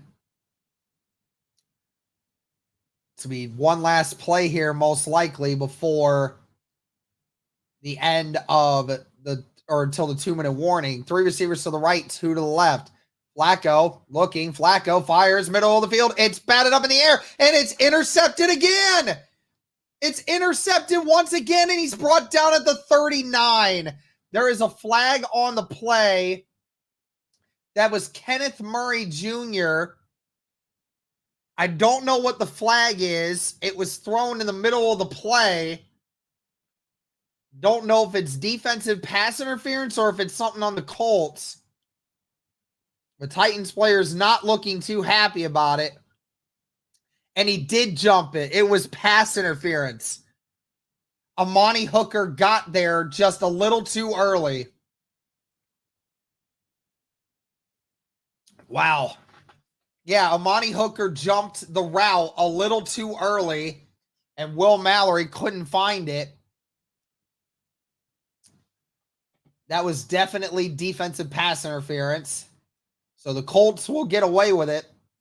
And that is the 5th penalty by the Tennessee Titans in this game. Ball's at the 49 of Indy.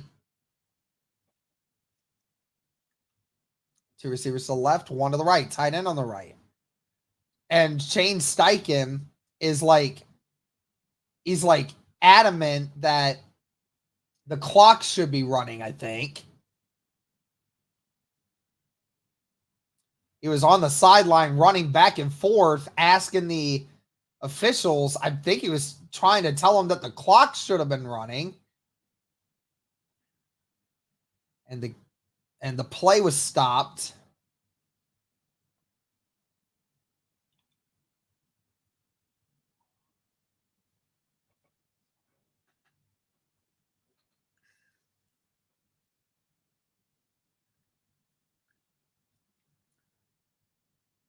Goodson going to be on the run. Goodson with a big run. Goodson still going. Brought down at the 16. Tyler Goodson with the biggest play of the day for the Indianapolis Colts. And the 2-minute warning, and the Indianapolis Colts are back in the red zone for the first time since the opening drive.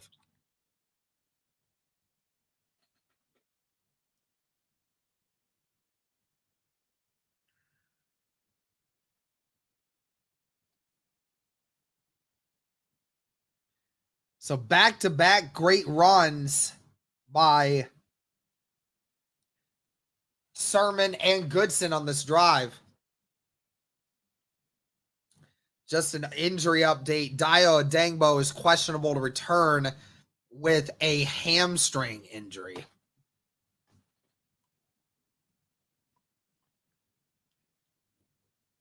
Rossi. Bro.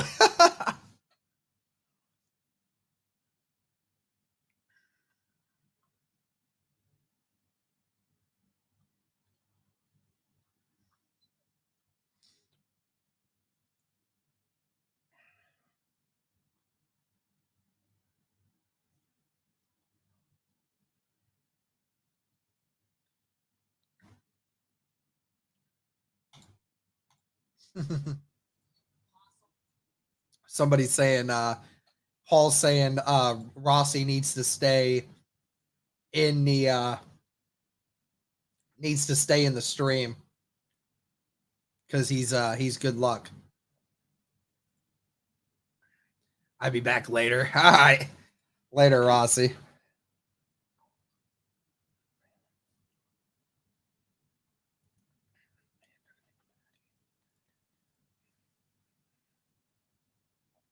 The Browns. There's no way he made that. There's no way he made that. They're saying he did, but I'm pretty positive he didn't. All right, let's look at some. No, we'll look at some scores around the league here in a minute.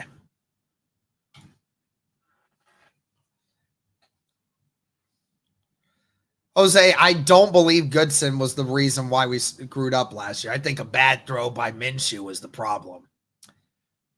But again, thank you guys to everyone that's tuning in. Be sure to like the stream. Almost 800 of you in here right now. Almost 200 likes, guys. Like the stream. It helps to get out to more people. Be sure to comment. Be sure to subscribe. We're trying to hit 20,000 subscribers before the end of the year, but we need your help, guys.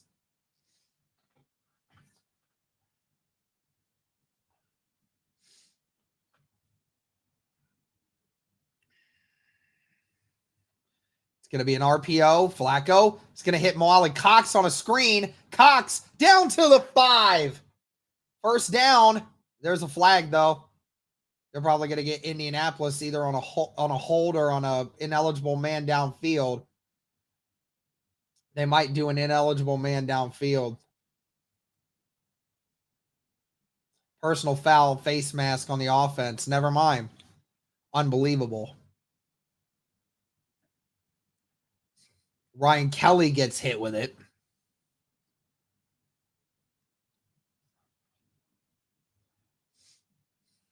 I want to see this.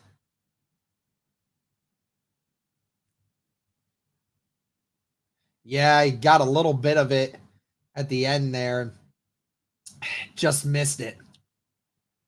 But is a first down and 19 now. Minute 52 left. Ball at the 25.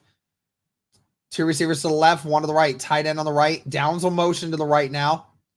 It's going to be a handoff for Goodson. Goodson sneaks behind and gets to the 19, or it's to the 20, I'm sorry. So that's a gain of 5.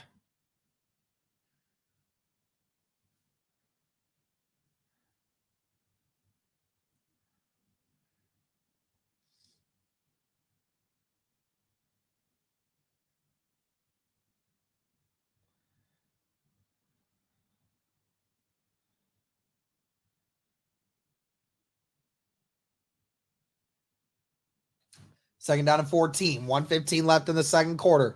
Colts in the red zone again. Flacco throws it short. Adonai Mitchell, the intended receiver. Adonai was open. Flacco just didn't hit him.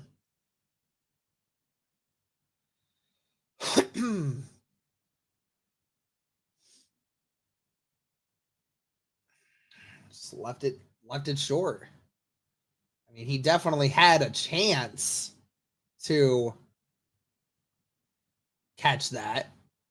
But, I mean, that was a very low throw. 2 receivers to the left, 2 to the right. Sermon in the shotgun with Flacco.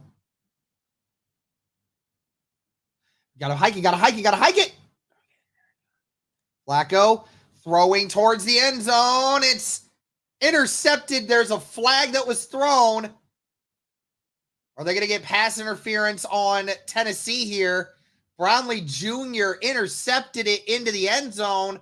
But there was a flag thrown right at around that area. Pass interference on the defense. They're saying he was pushing Adonai Mitchell. Yeah, he had a couple hands full of him 10, 15 yards down the field. So the Colts, another defensive pass interference on this drive for Tennessee. 1:06 left. Colts now inside the 15.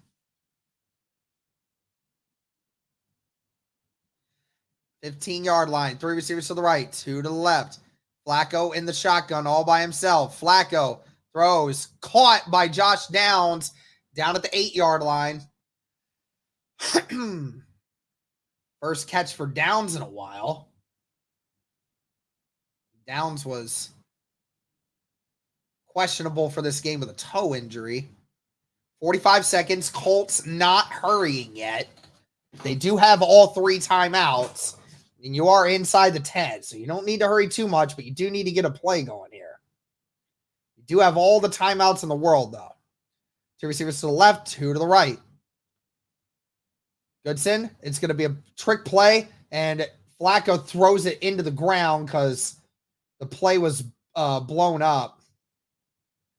It was a wide receiver screen on an RPO, but Michael Pittman wasn't open.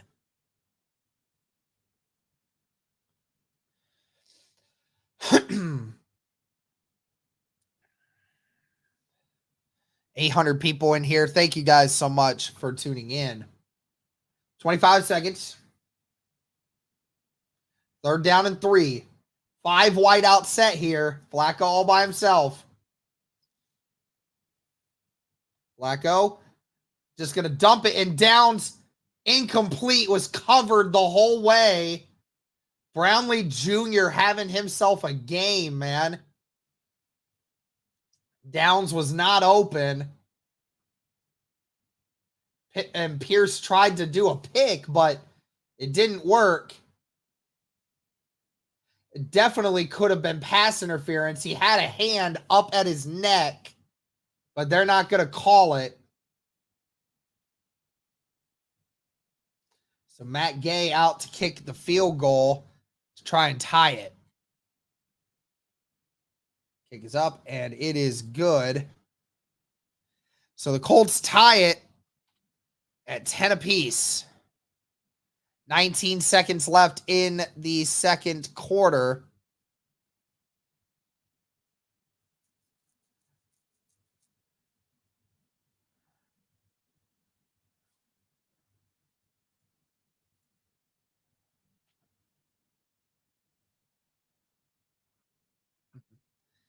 J.A. Finn, you're funny, dude.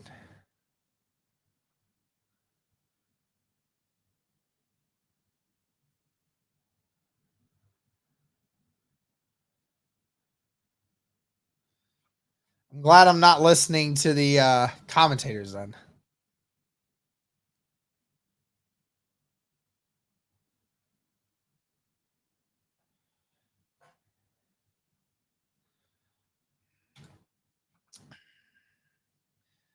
That will most likely take us to the second half.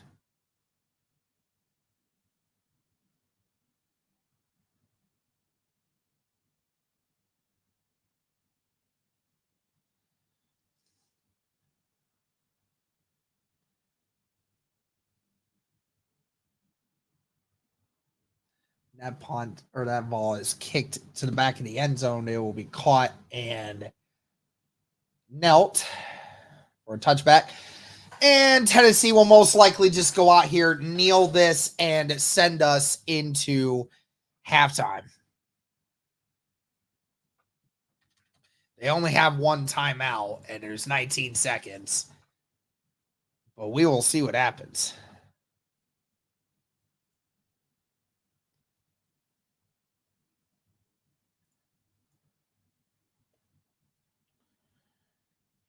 It does not look like they're going to go in kneeling formation. It looks like they're going to try.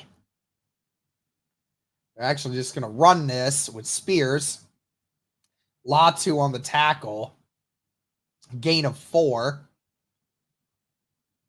And that will take us into halftime.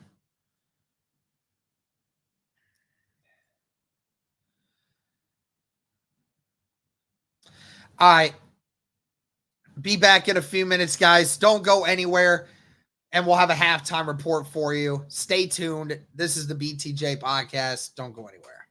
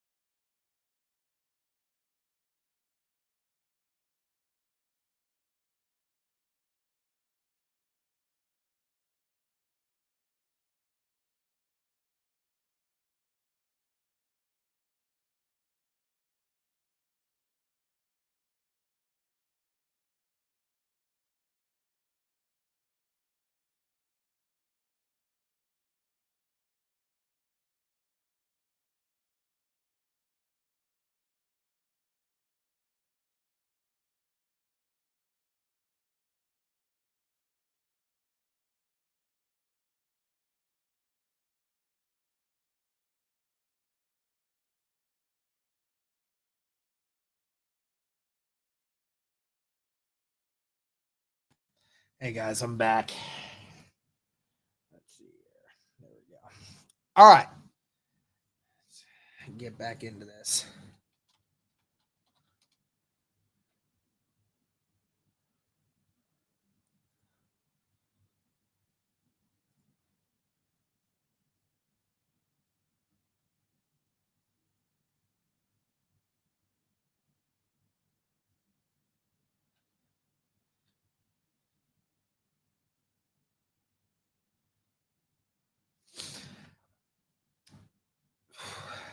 Before we get into the halftime scores, guys, want to say again that this stream is powered by BetUS. If you guys are looking for a new sportsbook this year, make sure to check out BetUS, guys.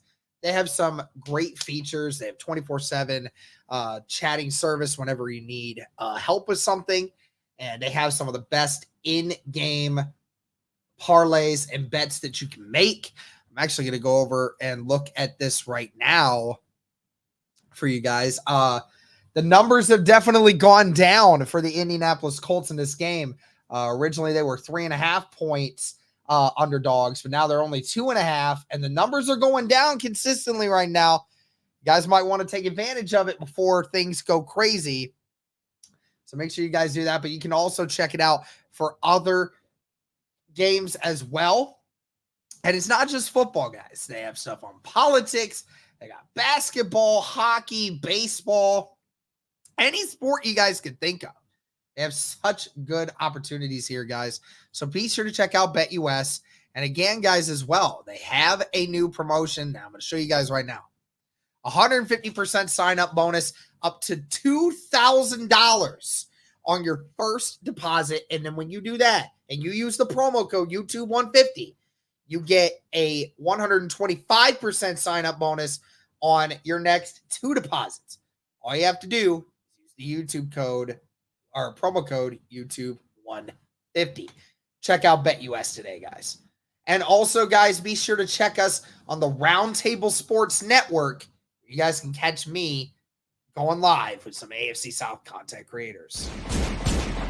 Roundtable Sports Network brings you NFL divisional debate coverage on a weekly basis from your favorite content creators across YouTube, featuring the AFC East Roundtable live Monday and Wednesday evenings, the AFC South Roundtable live Tuesdays at 7 p.m. EST, the NFC South Roundtable live Tuesdays at 7 p.m. EST, the NFC West Roundtable live Tuesdays at 9 p.m. EST, the AFC West Roundtable live Tuesdays at 9 p.m. EST, the NFC North Roundtable live Wednesdays at 6 p.m. EST, the AFC North Roundtable live Wednesdays at 6 p.m. EST, the NFC East Roundtable live Thursdays at 6 p.m. EST.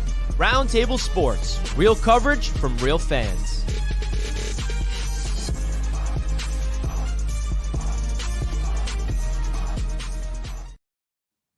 That's right, guys. Every Tuesday at 7 p.m. Eastern Standard Time, I go live with some of your favorite AFC South content creators, and we chatted up all things AFC South. Guys, I mean, honestly, I think it's a lot of fun watching and doing these, and, you know, the guys and I typically have a lot of fun with these. I know that this season, the AFC South has not been as competitive as we thought it was going to be. Obviously, the Jaguars have been struggling. The Tennessee Titans have been struggling, and the Colts have been struggling. The only team that hasn't been struggling so far has been the Houston Texans. But I do want to show you guys because, again, like, we really could use your guys' support over here. For over 4,000 subscribers now.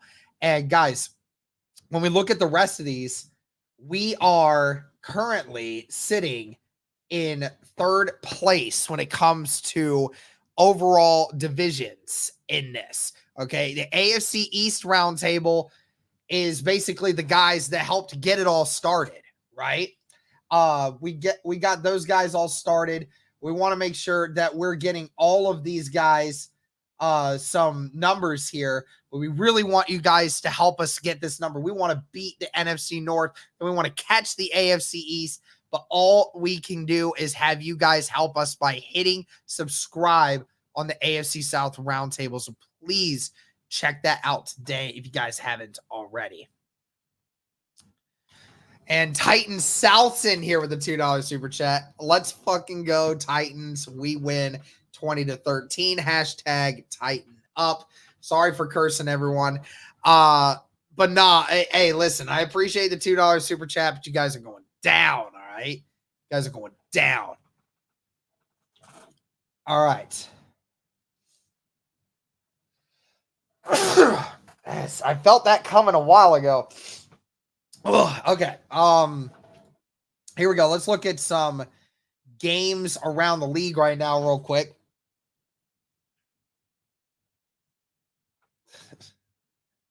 All right.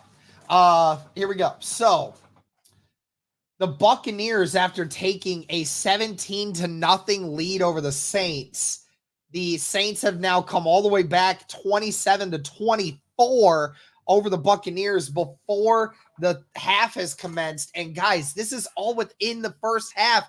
51 points scored. It is a high scoring match over there in New Orleans. Ravens with a 17-10 lead over the Commanders.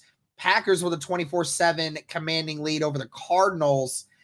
Patriots hanging on 14-7 against the Houston Texans. And it is 10-10 Browns and Eagles. All right.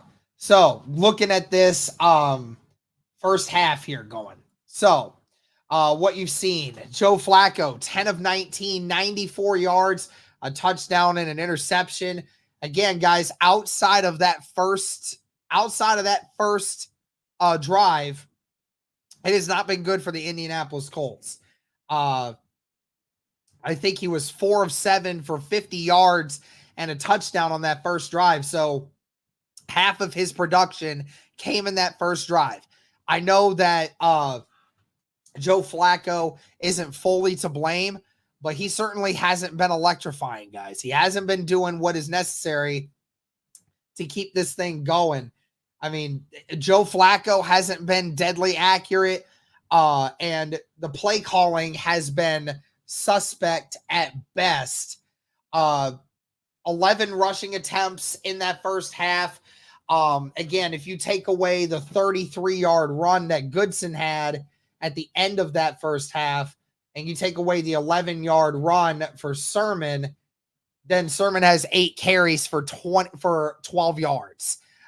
This Colts team is not being consistent. We had 2 big runs in the last drive of the first half. Outside of that, it has been no run game at all for the Indianapolis Colts. Josh Downs, again, 3 catches for 34 yards and a touchdown. He has definitely gotten involved. Molly Cox gotten involved a little bit. Like to see that. Ogletree's had a catch. Michael Pittman really hasn't been involved in the offense outside of the first drive. And, of course, Alec Pierce as well, who also hasn't been utilized. Just like nothing's really going your way right now. Like Doolin had a chance for a catch in that first half. It was back and forth. I mean, it was potentially there either way, and just couldn't connect. Alec Pierce, you tried to connect with him a few times. The one throw wasn't catchable. The other one was barely catchable. It was a very difficult pass to catch. And Adonai Mitchell, who had the one reception, but the one other time he gets targeted, it's just not there. So offensively, this team needs to be better, man. We can't do this in the second half and expect to win. We can't. The only crappy part is about on the other side. Yes, Will Levis is 8 of 11, but he's only thrown for 50 yards. It has not been the throwing for Will Levis that has concerned me. It has been the fact that Pollard has had 6 carries for 33 yards. Tajay Spears has had 6 carries for 27 yards, and Will Levis has had 3 carries for 15 yards. They are averaging 5 yards a carry. Again, I know we are averaging 5.5 yards a carry as well, but the thing is 44 of the 61 yards that the Indianapolis Colts had in the first half came on the last drive of the game, or of that first half. So it has been extremely inconsistent, and you're not going to be able to keep it going if you are not able to get some kind of thing moving there. You have to get it to where you're being able to move the ball more consistently. Again, no one has done anything to hurt the Indianapolis Colts in the passing game outside of DeAndre Hopkins. I like the fact that we're blitzing a little bit more frequently. We're getting Will Levis a little bit more off track. He's not quite able to throw it down the field the way he wants to, but it is certainly not a great start for this Colts team. They have got to stop the run, because if you're going to allow Tony Pollard and Tajay Spears to keep running the football down the field, I don't know what else you can do here. I really don't. But looks like the game is about to get started back up. The Tennessee Titans are going to get the ball to start this second half. Matt Gay's kick is away. Now he's out of the back of the end zone.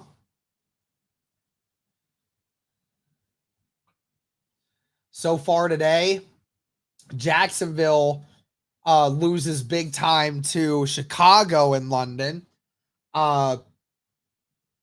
Texans hanging on over the Patriots so far. And obviously this one really matters because obviously a divisional matchup here that plays a big role in this. 2 receivers to the left, 2 to the right, a tight end on the right as well. Now Pollard's going to line up in the pistol formation. Pollard with the run, stays on his feet.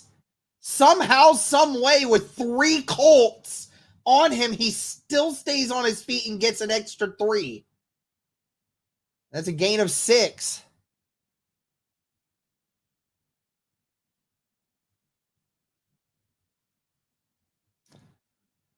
Oh, I gotta put my banner up. There we go. Sorry, guys. All right, 2nd down and 4. Again, that is what I was talking about. The Colts have got to stop the run, man. If Pollard keeps getting 5 or 6 yards every run, we won't stop this team. 2 receivers to the left, tight end on the right. Wing formation here. Pollard gets another 5, and that's a first down. There's a flag thrown at the end of the play. Thrown right at around where the tackle was made.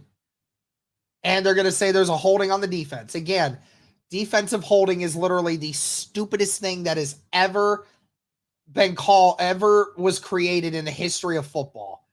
There's a defensive holding on Taven Bryan. How freaking stupid is that?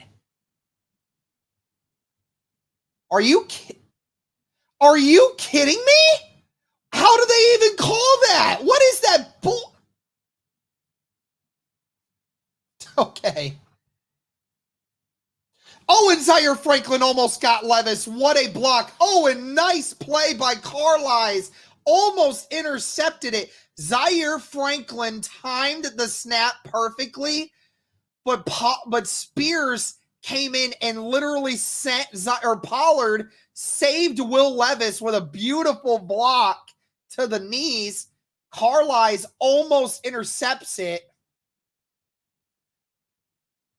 Will Levis left it short. I don't think he would have caught it even if Carlisle didn't get his hands on it. It's 2nd down and 10.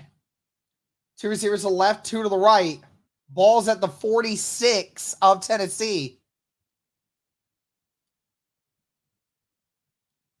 Levis just dumps it down to Pollard. Pollard gets brought down after a gain of 1. That's Grover Stewart and EJ Speed.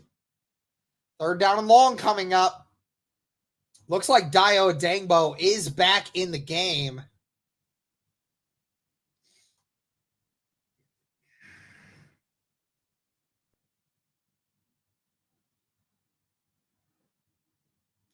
Three receivers to the right, 1 to the left. What? No. Okay, so they threw a flag. We're going to see, and they're going to get encroachment or offsides on Latu. Neutral zone infraction.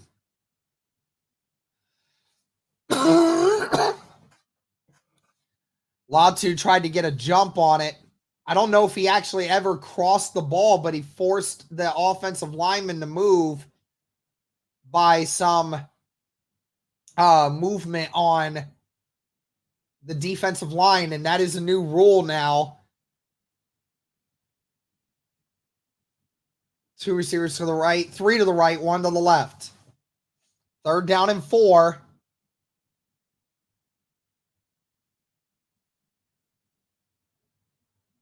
Levis finds the tight end and just holds on, and it's a gain of 6, and that's a first down.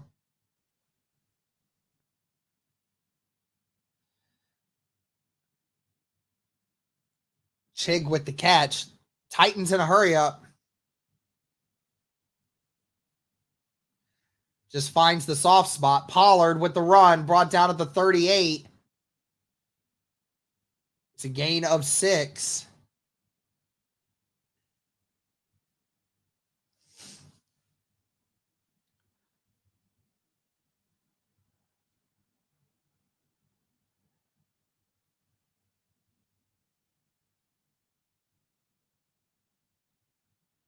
Down at the 38. 2nd down and 5. I'm sorry. Again, these numbers are so messed up. The graphics they have here is so bad. 3 receivers to the right. Running back to the left.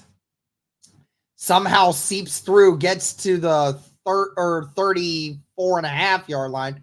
35.5 yard line, I'm sorry. It'll be 3rd down and short coming up. And that has been how Tennessee's been able to move the ball at times a little bit more effectively than the Colts, because on those 1st down runs, they get 5 or 6 yards every time, and it results in these 3rd and shorts and not 3rd and longs, where it's been the opposite for Indy, where they've had several 3rd and long opportunities. 2 receivers to the right, 1 to the left, tight end or running back to the left. And they're going to run it. Pollard. Don't think he got it. He's a yard shy. But you are down at the 34-yard line. They are probably going to go for this. You definitely are going for this. Tackle was made by Nick Cross and Jalen Jones. 4th down and 1. And the Tennessee Titans are going to stay out and go for this. Again, you felt confident about your run game all game. Don't see why you wouldn't.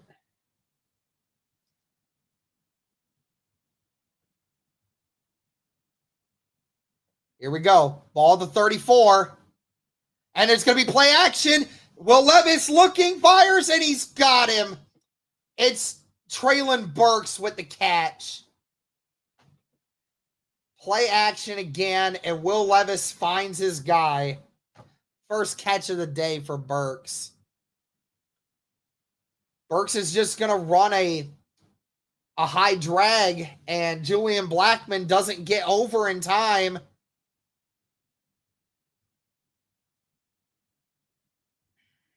And it's a big first down. He's down at the 24. 10 minutes left in the 3rd. 1 receiver to the right and left. Tight end on both sides. Now tight end on motion. It's going to be a toss for Calvin Ridley, and he's got a lot of room on the outside.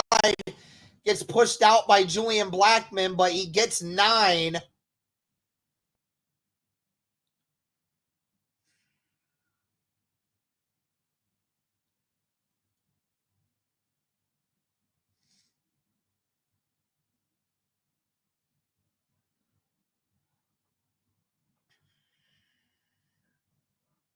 Spears is questionable to return with a hamstring injury.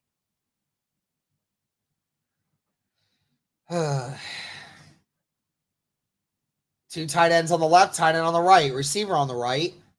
You know they're going to be running here. It is going to be a run for Scront, and that is a first down for Pollard. Gain of 2.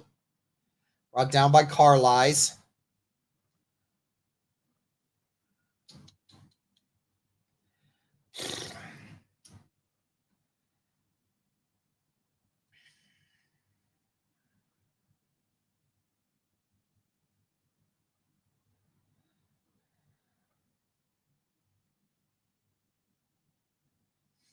All right, first down and 10. Like Burks is getting checked down on the sideline too. First down and 10. Two receivers to the left, two to the right, and there's a false start on the Tennessee Titans. So that'll place the ball at the 19-yard line.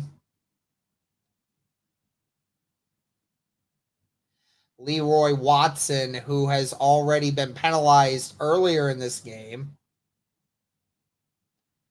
And again, it's that the defensive line moving right before the snap that caused Leroy Watson to move a little bit early.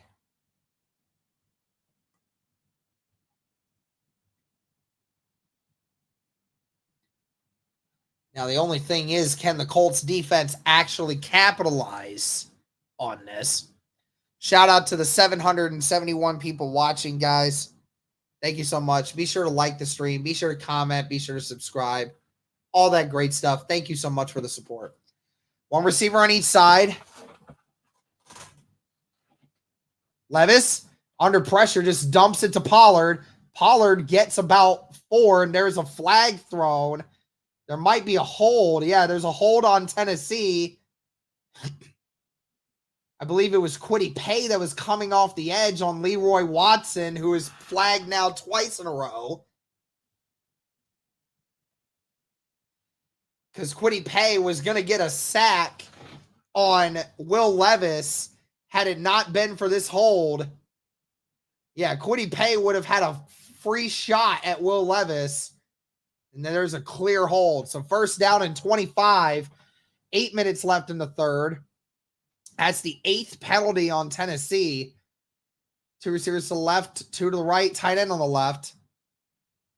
It's going to be a screen pass, and he's brought down to the 25 by Zaire Franklin. It's a gain of 4. So second down and 21 coming up. That's been the Achilles heel, I think, for Tennessee's offenses. It's not even really been stops by the Colts defense. It's mainly been the self-inflicted wounds, the penalties that are just pushing them back and putting them against the grain. Because they've been moving the ball really well. They just get to this point and then they stop themselves. 2 receivers to the right, 1 to the left, tight end on the right. Ridley in motion. He's going to dump it down to his tight end. Bam! Oh, it's hit hard by Samuel Womack. My goodness, what a tackle. Womack hit him right at the hip and right at the waistline and just sent that tight end flying back. Beautiful tackle there. Womack, who has played very well, all things considered, filling in for Juju Brents, the second-round quarter out of Kansas State that was supposed to have a good sophomore season but was placed on IR after the first game. It's going to be a halfback draw. Pollard has a lot of room. Pollard breaks in. It's a touchdown. Are you kidding me? A third down and 19 on an obvious further, and that is horrible. On a third down and 19, they just allowed a halfback draw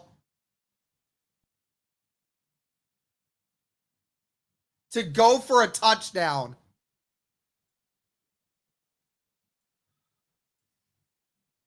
And just like that, the Titans take a touchdown lead over the Colts.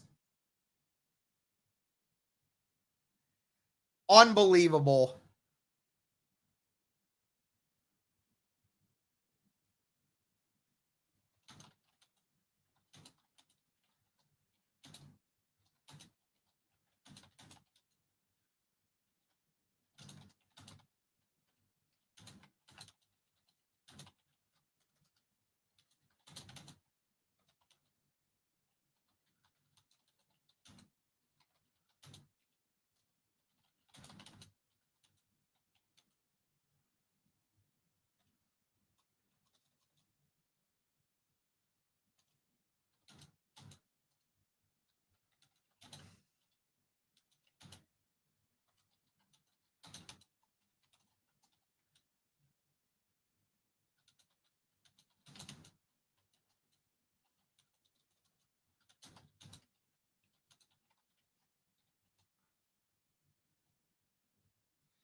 Unbelievable.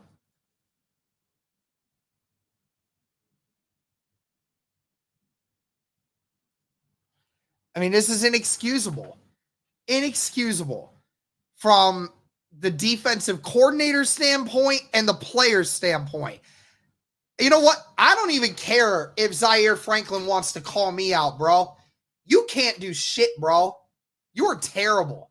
You and your whole defense is terrible. Y'all are trash.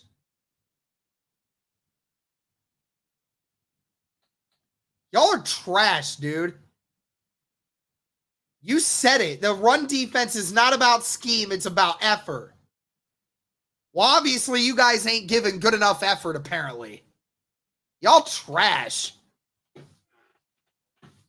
Just allowed a 3rd and 19 to go for a touchdown on a halfback draw. Are you kidding me?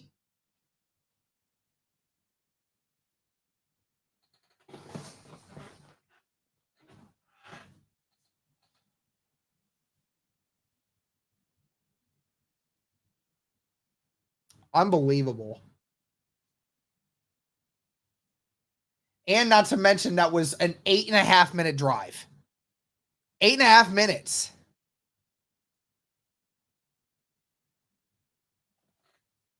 And yeah, I'm going to call Zaire out because you're the freaking captain.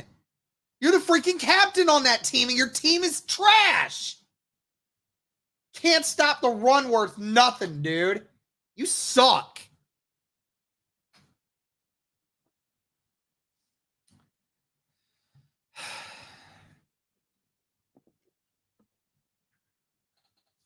$6:19 left in the third quarter. Doolin will not return that one.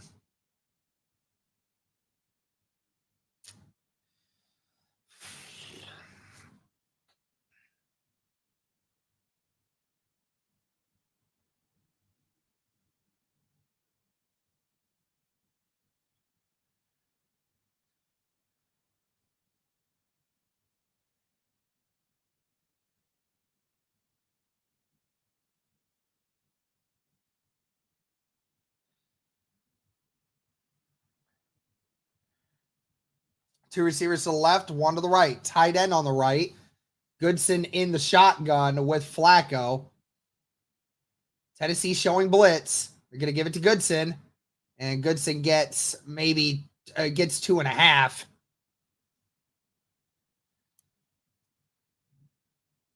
Again, a lot of time taken off that first drive there. How does Indy respond?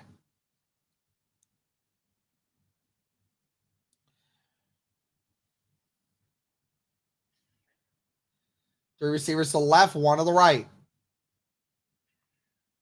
Goodson motioning left. Flacco just going to dump it to Adonai Mitchell, who is open and gets the first down. Great route there.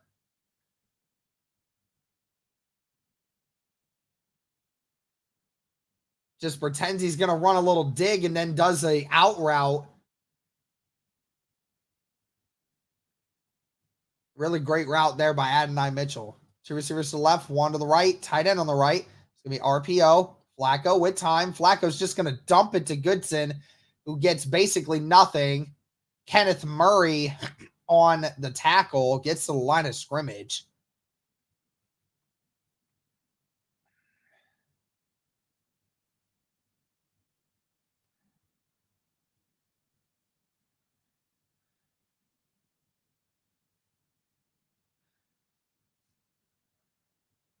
Flacco back to pass. Flacco throwing deep, and he throws it out of bounds. Nowhere near catchable for Will Mallory.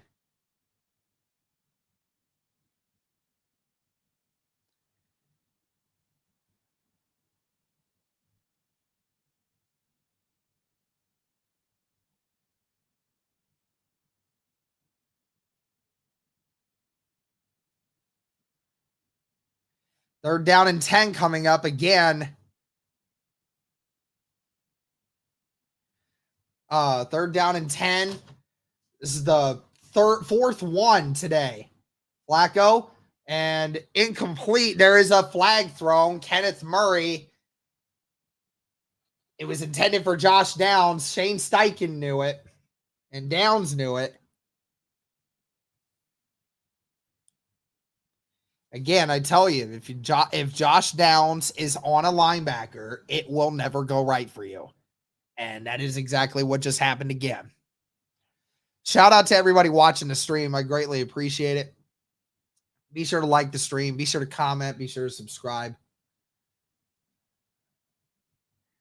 Yeah, because Downs would have had the catch. I don't know if he would have gotten the first down, but Kenneth Murray held him at the last second when he didn't need to.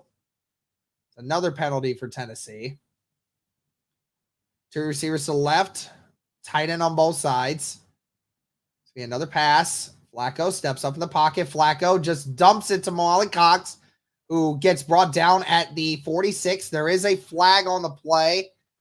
See what that is. Say on the defense, I think.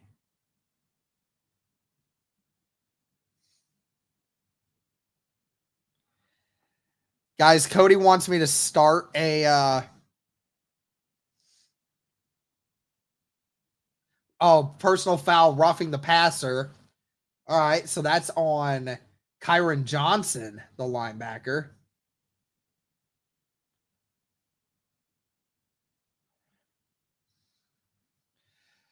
Cody wants me to start a fire Gus Bradley chant.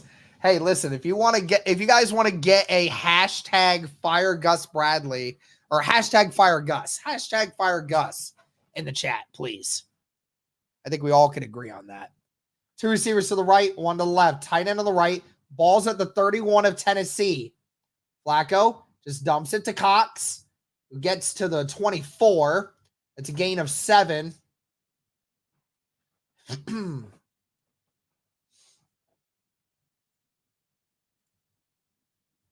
receivers to the right, 1 to the left. Second down and 3. 4 minutes left in the third. Sermon gets maybe a yard. Nowhere to go there. Brought down by Kyron Johnson and Landry.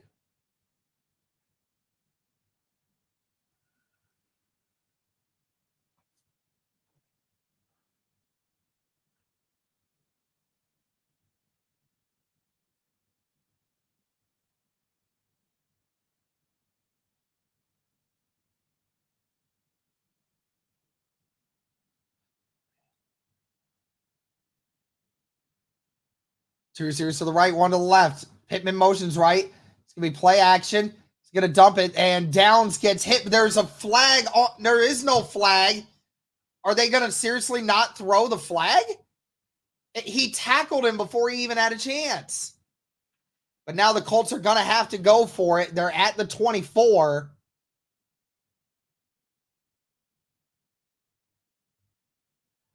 I mean, I don't think it was catchable, but...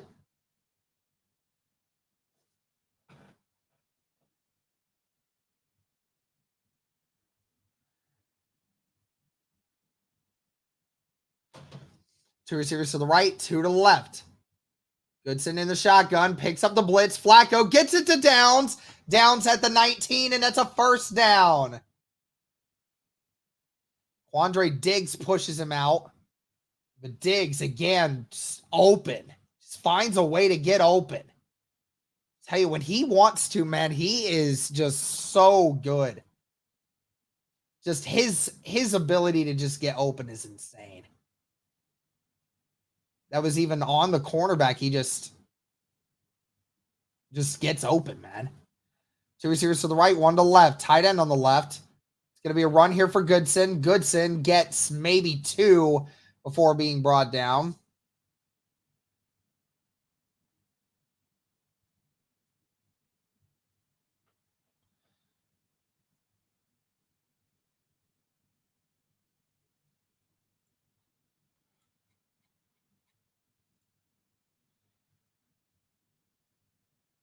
Two minutes and 20 seconds left in the third. Colts trailing by a touchdown.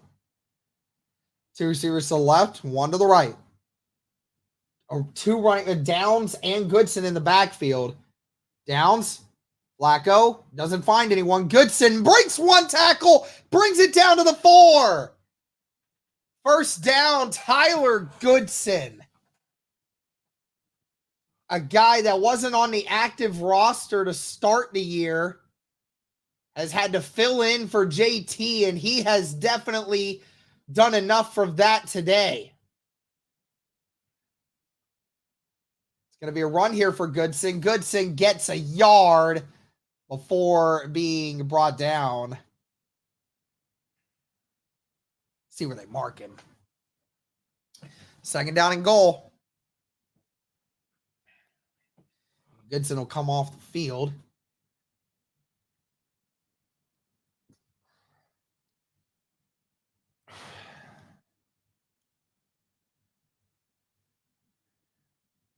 One person we have not seen is Evan Hall today.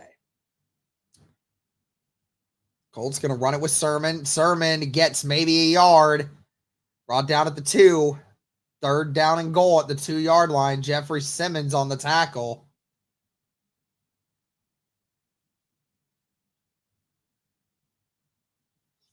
Jeffrey Simmons, one of the best defensive linemen that the NFL has to offer. I feel like a lot of times doesn't get mentioned for just how good he actually is.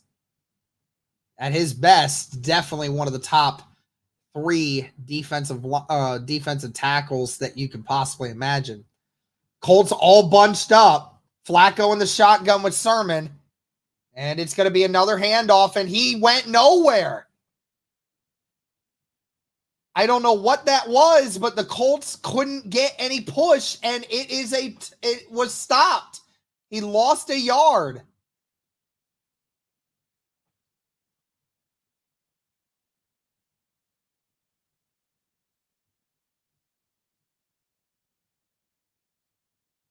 And that's the end of the third quarter.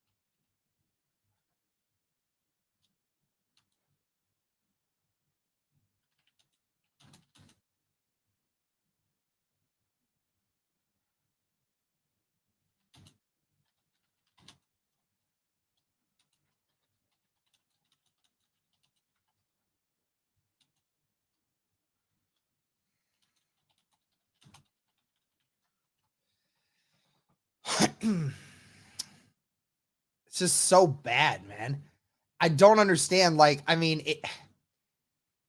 You ran the ball at the 5, you got 2 yards. You ran the ball again, you ran 1 yard.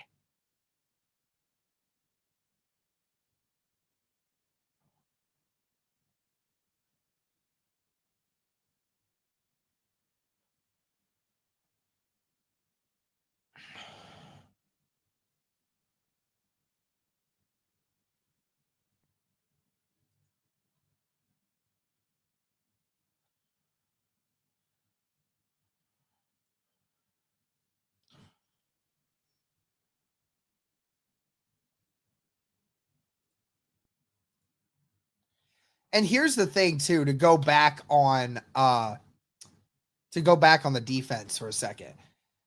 I think another reason you want Gus Bradley gone, it's not for the fact that, not also for the fact of the scheme. I think it has to do with accountability. Like players missing tackles on a 3rd and 19, and now the Colts have to kick a field goal. So the Colts are going to kick a field goal now. Get all the way down and can't score. And Matt Gay's kick is up and good. So the Colts reduce the lead to 4. But for the defense, especially, I'll go to the offense here in a second. But, like, you have to start getting some accountability, right? Like, you keep saying you really like these guys and you like the defensive scheme, but, like, it's not working. It's not working. It wasn't working when the team was fully healthy. It wasn't working when these guys aren't healthy, right? So, like, what is there to like? What is there to like? Why is there no changes? Seriously.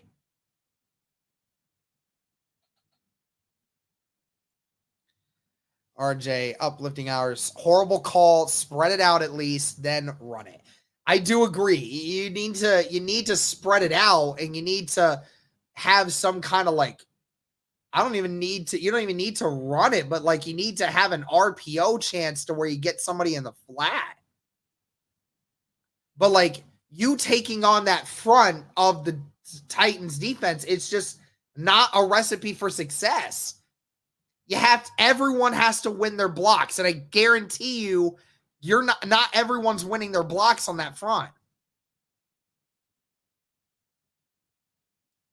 Derek Stevenson, I appreciate the $2 super chat. RNJ, appreciate the $2 super chat. I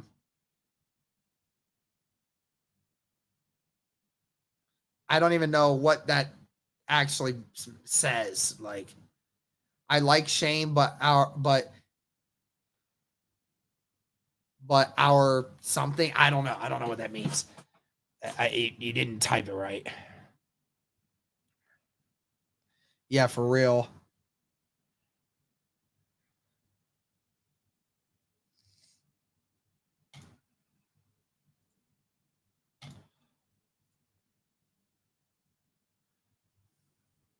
Thank you guys again for all the support. Almost 1,000 people watching across X and YouTube alike.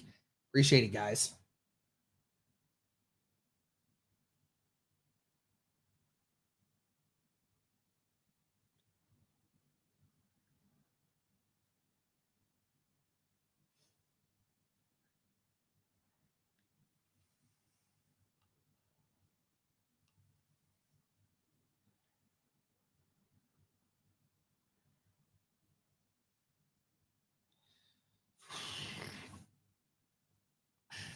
So that entire third quarter was taken up by 2 drives for the Indianapolis Colts and the Titans.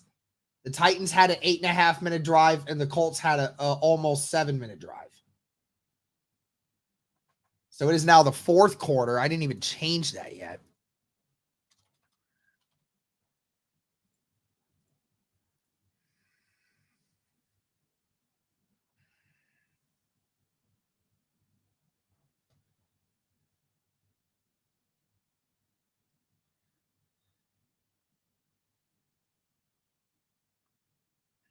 Here we go. Ball at the 30.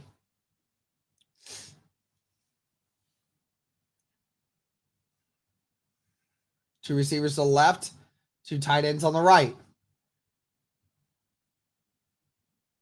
Pollard with the run gets a gain of 5. Again, Grover Stewart absolutely blew the heck out of that play, and yet still somehow, some way, they get 5. It's just ridiculous.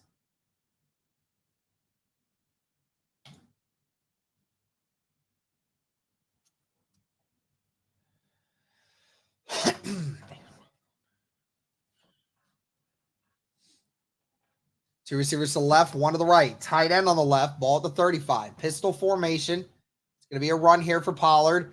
And Pollard gets 4, brought down by Zaire Franklin. It'll be 3rd and 1 coming up.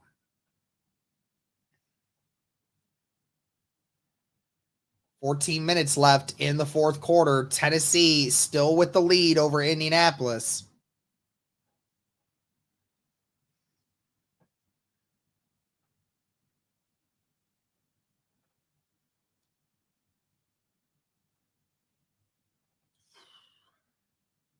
Two receivers to the left, 1 to the right. Tight end on the left. I don't know if the Colts are just not trying to stop him, but and I think they did. They got him. They got him. Latu originally put the guy in front of him to stop him, and he didn't get a head start. It's 4th down. The Titans are going to have to punt this, I think. No, the offense has to go off the field. Yeah, Latu held him up, and so did Grover Stewart, and then he just fell over. But the Colts defense actually gets the 3 and out. The Colts offense will go back out there again.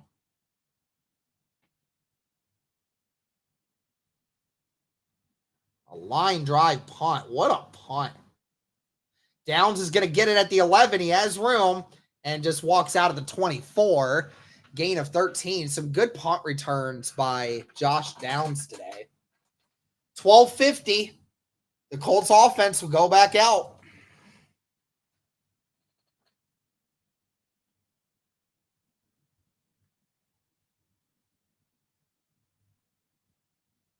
The world is Drake May playing better than Joe Flacco. Yeah, let's go ahead and actually talk about that. Some scores here real quick.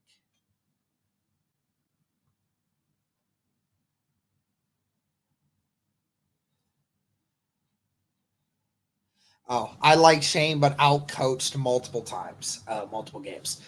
Okay, thank you for the elaboration, Derek, and thank you for another super chat. I appreciate it. But yeah, I can't disagree. We've been out-coached, definitely. Maybe we'll talk about that at another point. Buccaneers, Saints, still 27-24 Buccaneer or Saints. Ravens 27-13 over the Commanders. They are increasing their lead there. Packers 31-13 over the Cardinals. They're increasing their lead. Texans 27-13 over the Patriots. And it is 13-13 Browns and Eagles.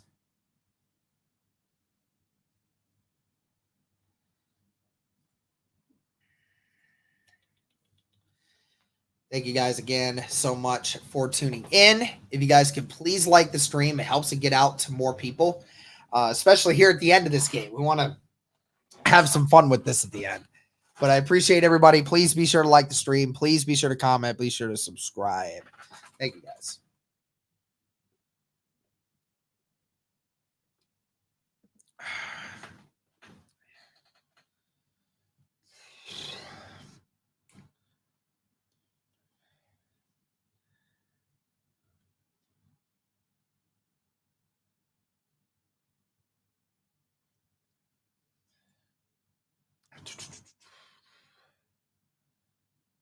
Jaguars staying in London for another game. Ryan Kelly, questionable to return with a calf injury. So now Bortolini comes back out. Doesn't look like he's going to return because he's got his helmet off. 2 receivers to the right, 1 to the left. Tight end on the right.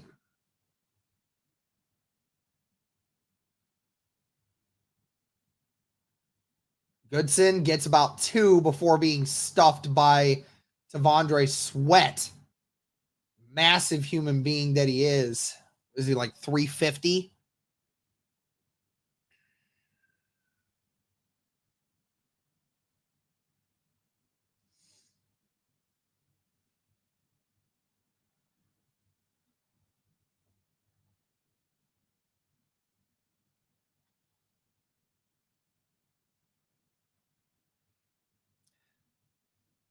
Second down and 8. Play action here. It's going to be a screen pass, and it's incomplete. Flacco left it short for Goodson. Flacco is under pressure. Tennessee was bringing all kinds of pressure on that.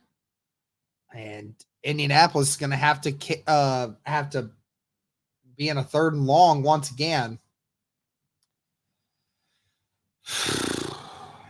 Why can't we just get like 3rd and shorts? Is that impossible? Why is it always got to be 3rd and 7 and long, man? 12 minutes left in the 4th. 17-13 Titans. And the Colts are about to get a delay game. Never mind. Flacco got it all. Flacco just dumps it to Downs. Downs doesn't get it. Ball comes out. They're going to stomp him right at the line. I think he got it. They're saying he got it. They're going to say that's a first down. That is right at the line. That's a first down. Wow, that was close. They might challenge this. Oh, no, he reached out for it. I mean, that's a really close one. Downs reaches out for it at the very end. You just don't quite know how far he was, and they're definitely going to check this. There's a challenge flag thrown.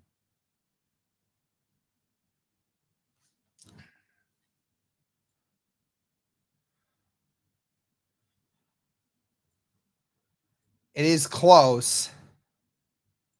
It depends on when his knee goes down. It's very close. He reaches that ball out, and from where the ball gets across, it does cross the line, but he definitely fell down before that ball got past that line. But remember, all they need to do is get him to the line.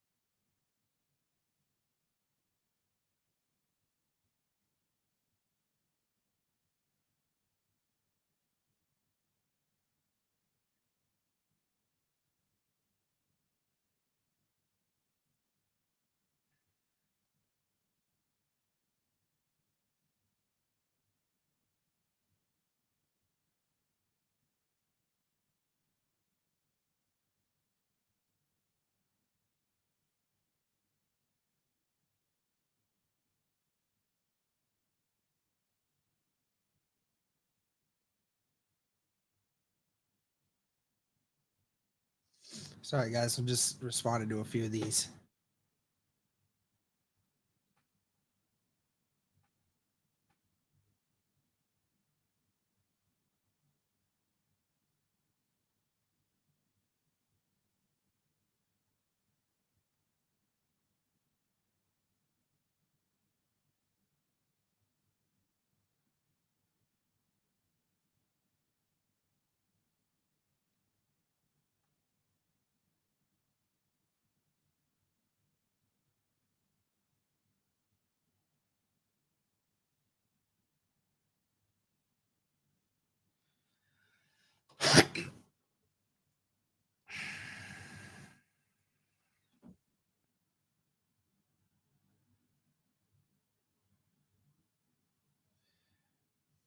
Very close. I can't remember if they said if it was a first down or not. We're going to find out here in a second. Yeah, he did call it first down. All right. Two receivers to the right, one to the left. Tight end on the left, ball at the 35. It's going to be a dump pass to Downs. Downs makes one guy miss, gets to the first down marker. Another first down for Josh Downs. Downs, I mean, again, he has shown you how important he was. I mean, ever since he has returned to the starting lineup for the Colts, he has been unequivocally one of the best offensive players for this team. It's going to be another dump pass to Josh Downs, and he can't make that guy miss. Loses a yard. Flag. That was unnecessary. Hello? Literally ran him backwards 10 yards and still tackled him at the end after the whistle had been blown 50 times.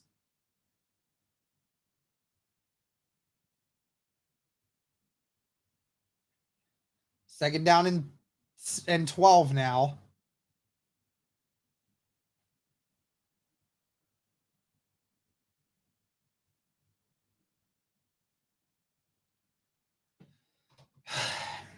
Colts running out of time. Two receivers to the right, one to the left. RPO. Flacco going deep with Alec Pierce. There's a flag. He held his arm. He held his arm. Thank you. Oh my gosh, I was going to get so mad. The official closest to that didn't throw a flag. It was the one on the far side that had to. But yes, there was a grab at his arm, and he didn't get a chance. That was definitely pass interference on L'Jarius Sneed. Grabbing his arm at the end of that, and Pierce couldn't get a chance. That is 100% a flag.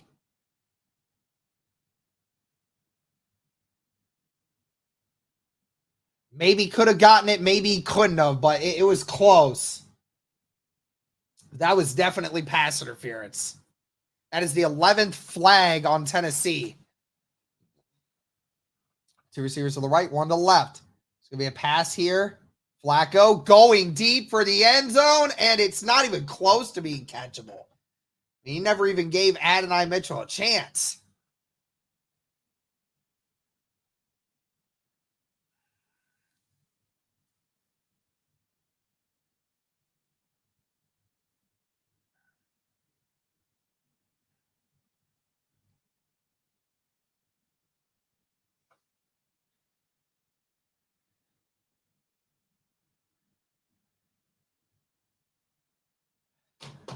Two receivers to the right, two to the left.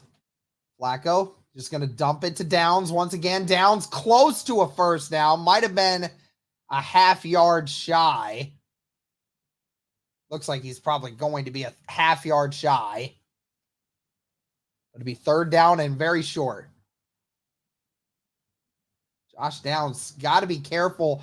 Oh, man. Did he lose that ball?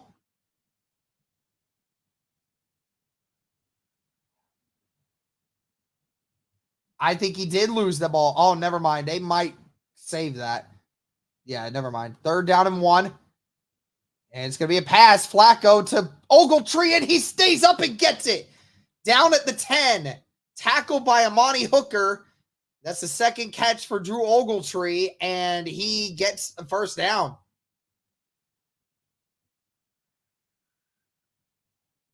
$9:11 left in the fourth quarter.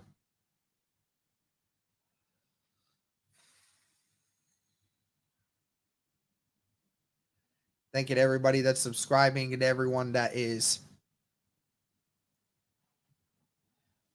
joining the channel. I appreciate it. It's going to be a run here and nowhere to go. Sermon gets back to the line of scrimmage. That's the best they can do.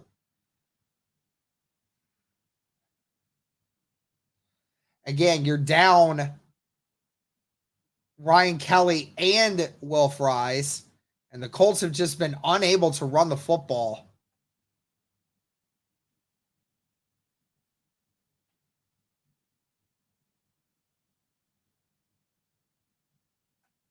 Second down and 10. Two receivers to the left, one to the right. Tight end on the right. Flacco looking. Flacco stepping up into the pocket. Flacco's just going to run it himself. Gets a yard. He's down at the 10.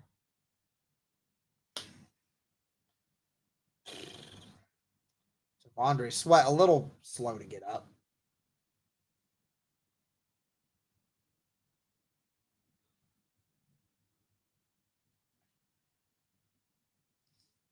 Third down and 9. 7:45 left in the fourth quarter. Colts are 6 of 11 on third downs today. Got to hurry up. Two receivers to the left, one to the right. Tight end on the left. Downs motions. Tennessee bringing it. Flacco just going to throw it up. It is caught by Michael Pittman. That's a touchdown. Michael Pittman Jr. with the touchdown. Had one last week to start the game against the Jacksonville Jaguars. Joe Flacco said, Pittman is down there somewhere. Let me just go do it. What a catch by Michael Pittman. Joe Flacco was pressured. They brought 7, and Joe Flacco just threw it up into the air and just let Michael Pittman go up and get it. and over L'Jarius Sneed. Matt Gay's extra point is up and good, and the Colts take the lead on the Tennessee Titans. He was never open, but when you have a guy that's 6'4" and can jump like Michael Pittman does and the range that he has, it's a game of basketball right there, and Michael Pittman had it. That's a great point. From out a few weeks to mossing Sneed. Yeah, absolutely. Again, Michael Pittman, who was told at the beginning of the week he might be heading to IR. And yet here we are. He's making touchdown catches.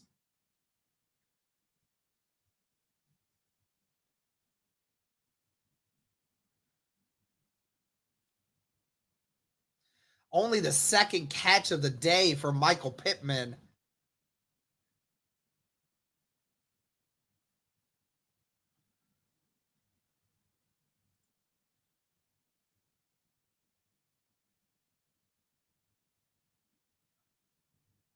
That's right. Throw it up. You just got to throw it up. You just got to let them get it done, man. Just let them use their athleticism and their height. Derek, can you play rugby? I might be able to. I don't think I would last very long, though. Those guys are tough. I don't know if I can handle that. But again, appreciate, L-bots, literally. I appreciate everybody hopping in here. Again, guys, this stream is powered by BetUS. Once again, guys, join BetUS today. They have a great promotion going on right now.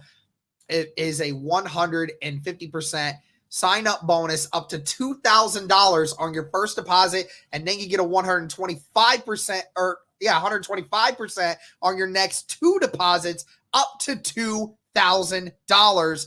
All you have to do is use the promo code YouTube150 to get started today, guys. Go check out BetUS. All right. Well, can the Colts hang on?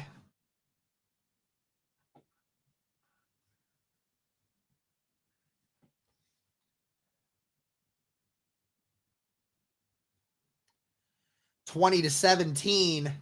7.5 minutes left in the fourth quarter. Plenty of time for some more craziness to happen. Matt Gay's kick goes out of the back of the end zone. Shout out to the 1,050 people watching, guys.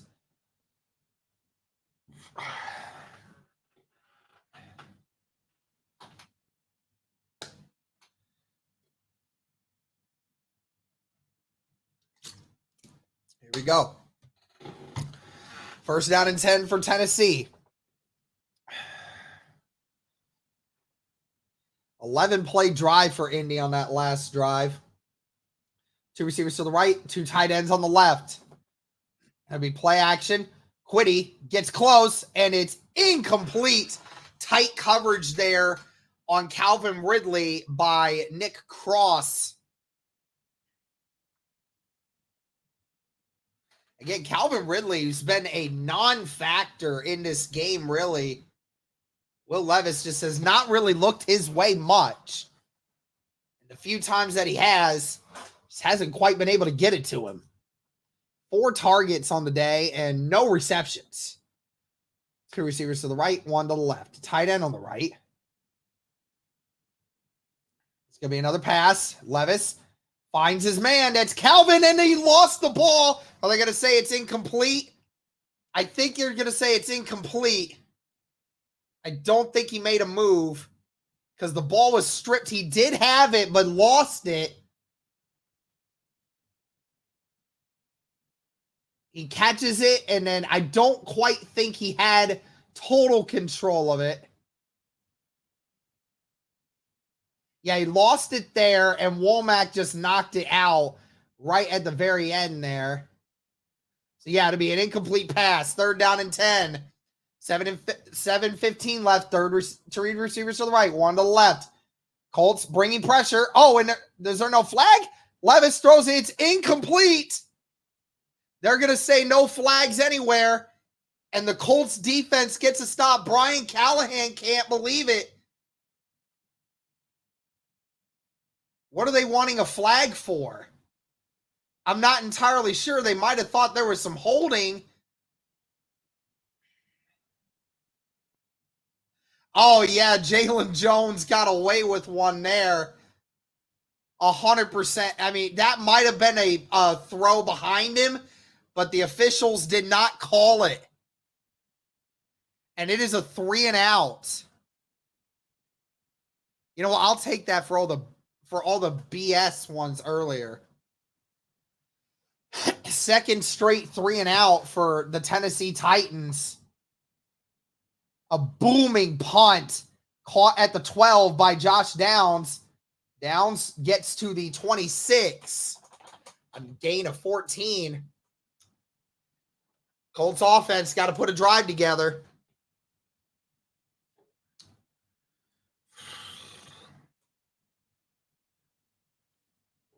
Yeah, I don't think it was a catchable ball, to be completely honest with you. It was thrown like behind him. He would have had to catch it like this, but it probably should have been called. I think it should have.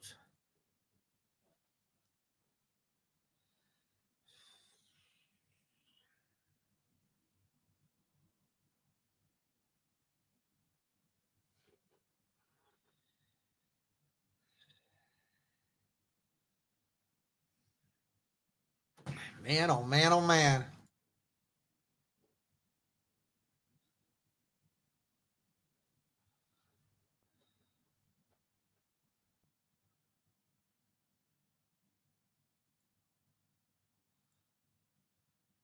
All right, let's look at some scores around the league real quick.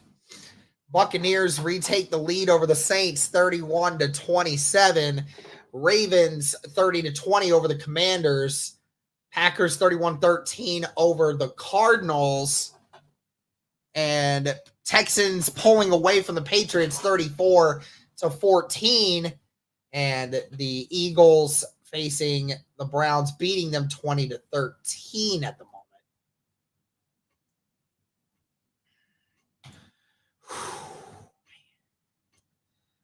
This is nerve-wracking, y'all. Nerve-wracking. And listen, we have almost 500 people on YouTube right now, guys. Let's get to over 350 likes, please.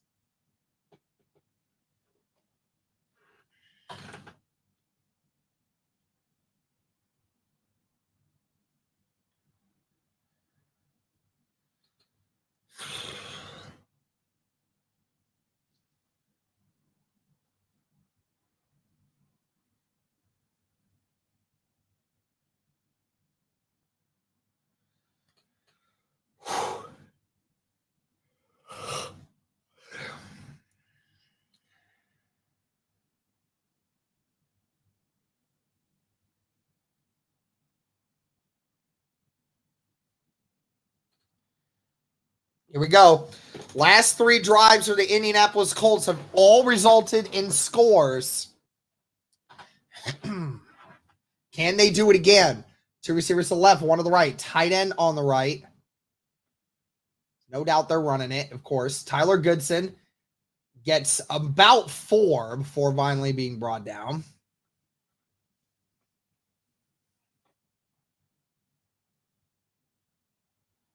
Quite an eventful last drive there for the Indianapolis Colts. Hey, listen, you just let Pittman go up and get it, man. That's just all what it's all about. That's some stuff you never see in Madden. 6:34 left in the fourth quarter. Here we go. Joe Flacco led Colts. Most likely be another run here. Sermon gets nothing. Again, the thing is, though, is like it's so easy to tell when they're running it. And Tennessee just brings 8. And their guys actually win their matchups, so it makes it to where we don't score anything. We don't get anything.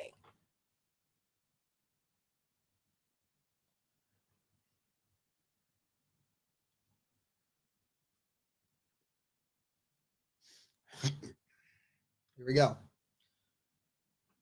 It's going to be a screen, and Flacco throws it behind Pittman. Again, seriously, that is the best we can do?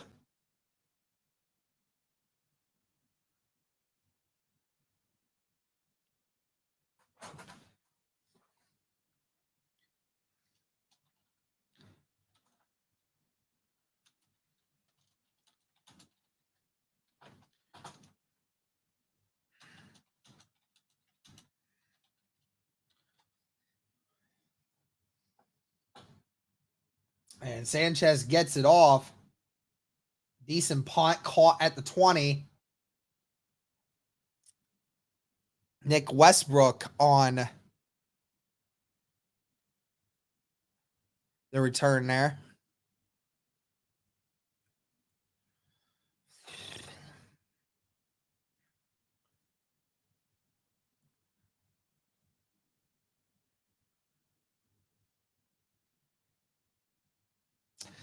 I just didn't understand that. I mean, the execution of that drive was terrible.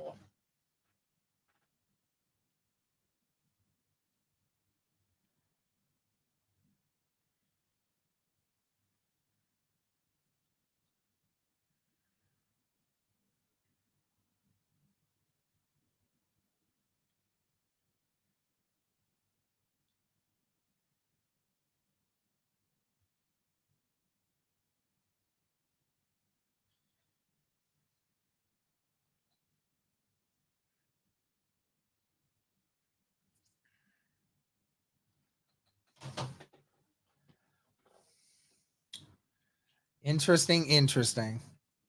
Well, there's 5:34 left. All the Titans got to do is get a field goal to tie.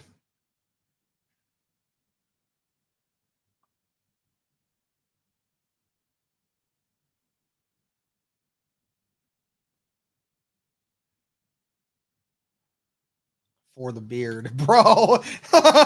Paul, literally, dude, I got to keep this, man. Let's go, y'all. Everybody like the stream. Come on.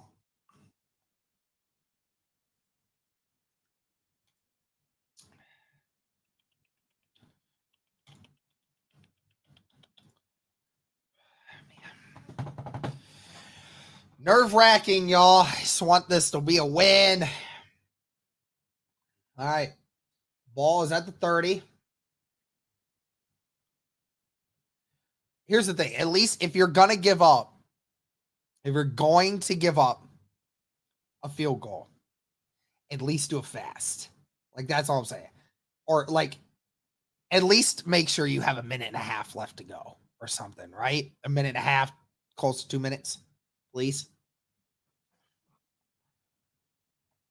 Last two drives have been punts for Tennessee. I don't know if we're going to see a punt anymore at this point.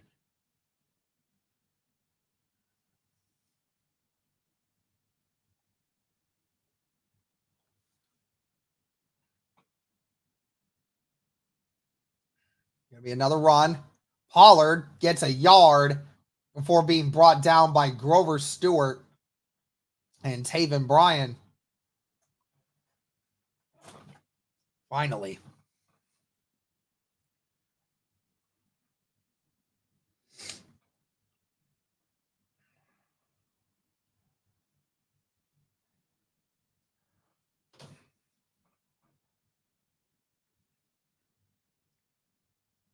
Second down and 9. Two receivers to the left, one to the right. Tight end on the left. Ball at the 31. Be a pass. Levis. Levis gets leveled as he throws it. Intercepted Julian Blackmon. Will Levis left it in the air way too much, and Julian Blackmon intercepts it. The first turnover of the game for Indianapolis, and it's an interception. David Miller with the membership. Thank you, sir. Appreciate you becoming a member. of the Pass the Juice group. Dio Dangbo hit Levis, and he couldn't step into it, and Julian Blackmon just jumps in front of it.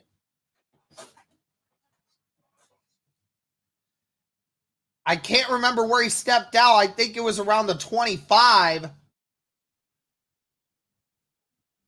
No, it's the 37, actually. Way better. Sermon gets to almost the 40. There you go. Keep that clock running. Colts had one single high safety.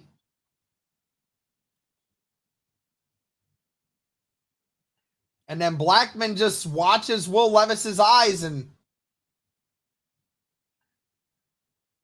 just makes the stop. 2nd down and 7. 4:15 left in the 4th quarter. Same lineup here. Got to imagine the Colts are going to run the football again on this play. Never mind. They're going to pass it. Flacco, he's going deep. He's got Alec Pierce, but he throws it out of bounds.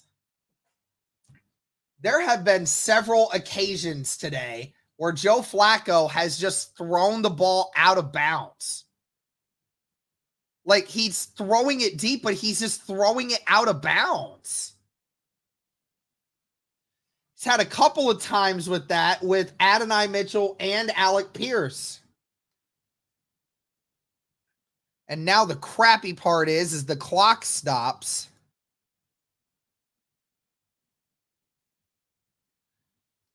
Two receivers to the right, one to the left, tight end to the right. Titans bringing pressure. He's going deep. He's got Alec Pierce, and he overthrows him. Alec Pierce was wide open. Joe Flacco missed him. Alec Pierce was wide open.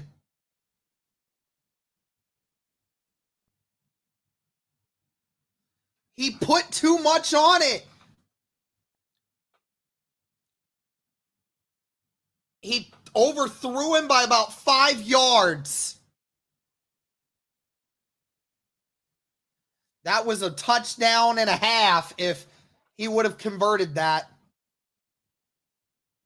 Punt is back, and it gets down at around the 5 or 6 yard line. Really great punt there by Rigoberto Sanchez. Great job by Ashton Doolin to grab that. The Colts defense will go back out with 3:49 left, but Tennessee deep in their own territory.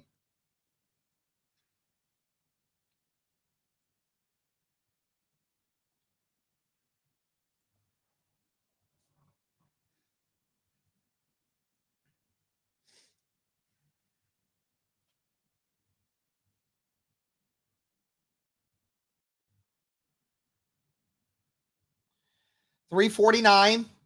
Tennessee deep inside their own territory at the 6. Two receivers to the left, one to the right. Tight end on the right. Levis in the shotgun. Levis throws. Incomplete. Thrown just behind his intended target. I think that looked to be Ridley. Zaire Franklin might have potentially gotten a hand on it.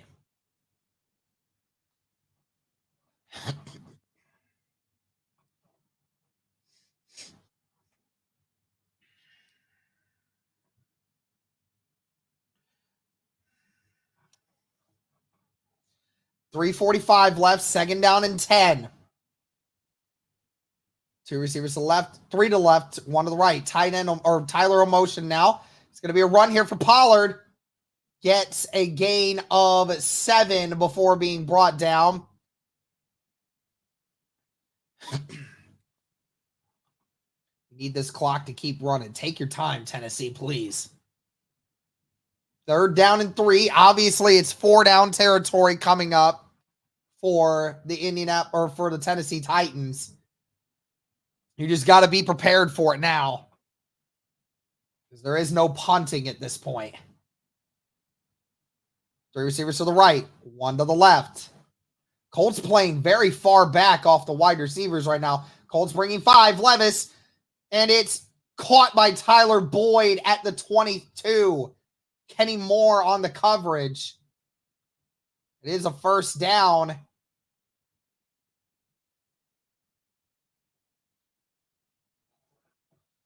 Kenny was just a half stride late on that. 2:41 left. It's going to be a screen here for Boyd. Boyd gets pushed out at the 24. The clock does stop, though.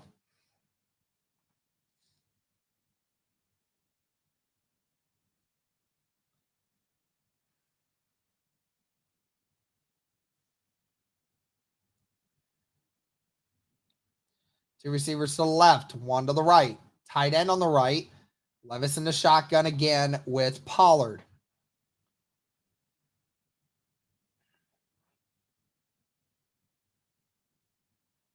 Pass for Levis. Levis throws it. It's almost intercepted by Samuel Womack. Intended for Ridley once again. It is amazing. Ridley has been targeted 7 times in this game and has not had a single catch.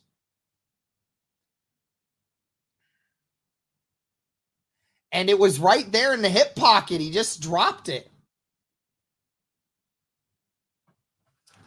3rd down and 7. Two receivers to the right, one to the left. Tight end on the right as well. Ball at the 24. 2:30 left. Colts bringing it. Levis just throws it up. Incomplete. It was just over the head of DeAndre Hopkins. He got a hand on it, but couldn't bring it in. It was just one-on-one who would win the rep. And it was super close. There was some hand fighting on both sides, but DeAndre Hopkins didn't get it. And now the Titans are going to have to probably go for this, I would think. Or will they? I don't think they'll punt it here, right? They will punt it. Okay.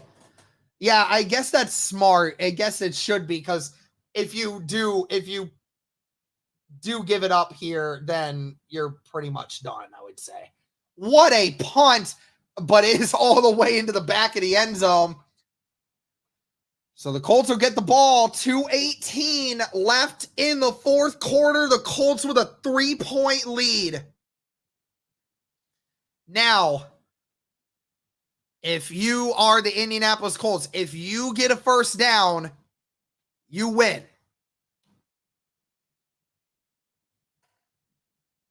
Or close to it, I should say. Unless if you can get a first down on a couple plays. Obviously, you're going to run it here because you want to get it down to the 2-minute warning. And that's what Tennessee will do, I'm sure. One receiver to the left, one to the right, 2 tight ends on the right. Goodson in the backfield with Flacco. Now Downs will motion. Goodson, nowhere to go, just staying behind his offensive lineman, gets no yardage. And they're going to call a timeout right here. Oh, so Tennessee, this is actually smart.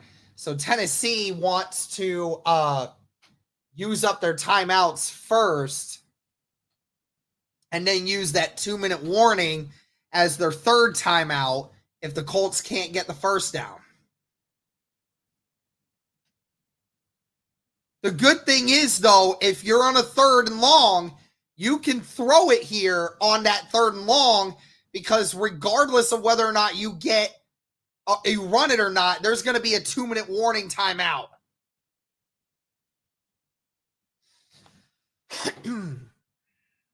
Two receivers to the right, one to the left. Tight end on the left.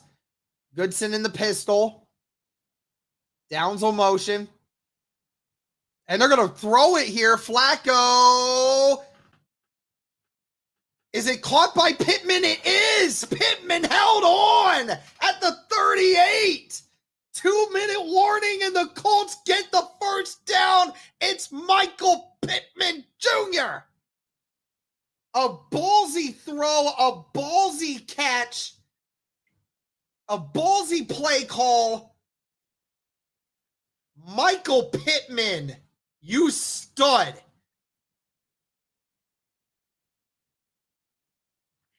And number 38, L'Jarius Sneed, was trying to go after it after the catch. Pittman would not let him have it. That might have just won the game. Now, if you're Indianapolis, you run this.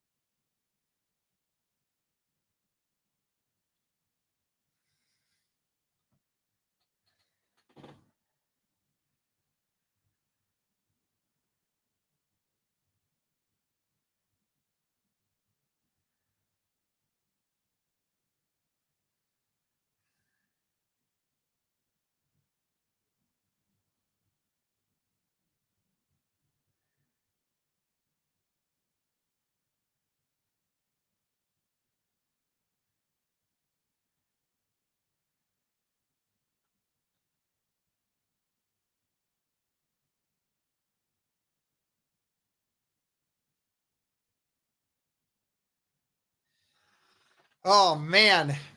Well, I think that might be it. I mean, again, the Colts will run these next 3 plays. I mean, so you're going to call a timeout if you're Tennessee. And then even when you run these, you're probably going to get what, like 30 seconds? Maybe 30 seconds at most. Colts are obviously going to take their time. Tennessee will have some clock, but not much. 2 minutes left here.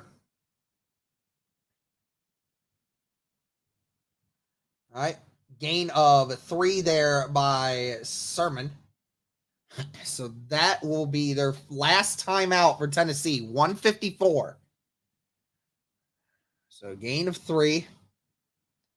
So now, if you're Indy, you just run the ball. You don't lose it. If you just keep it together there, 156. As long as you keep it together, you will force them to have at least probably 20 seconds at most.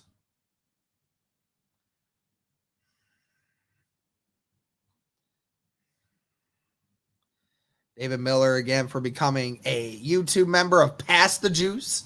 Appreciate you. Good, sir. We're 2 minutes away from Titans Rossi having to shave his beard, brothers. All right, here we go. Running it. Oh, my gosh. Don't lose it. Stay in bounds. Okay, he's fine. Yep, lose the 5. That's fine. And wow, you took about at least 7 or 8 seconds off the clock there. All right. So when this ball gets snapped, there will be about 1:07 left. So Tennessee will have about 20 seconds when the Colts inevitably kick this or punt this. They may even have less. So yeah, 108 when they snap this, or yeah, they'll have 108 when they snap this ball.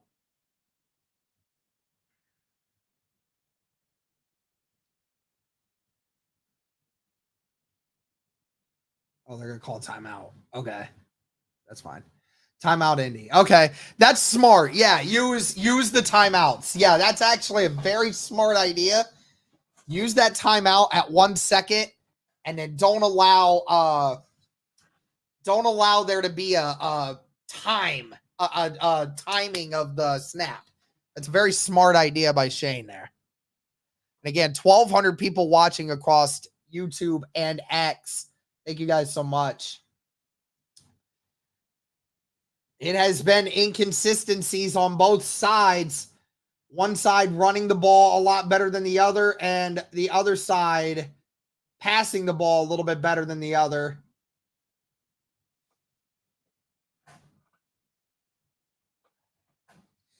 Third down and 11.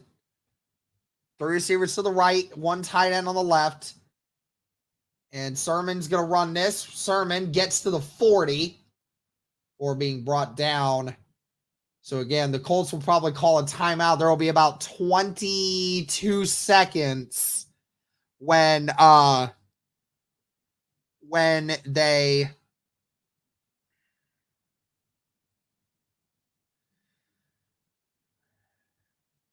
call this timeout here.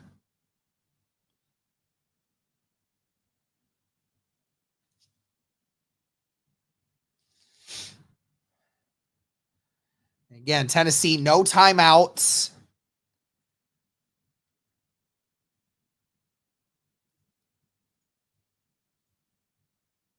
$22 seconds. So by the time this gets punted, I mean, you may have 15 seconds. So Will Levis is going to have to find some magic.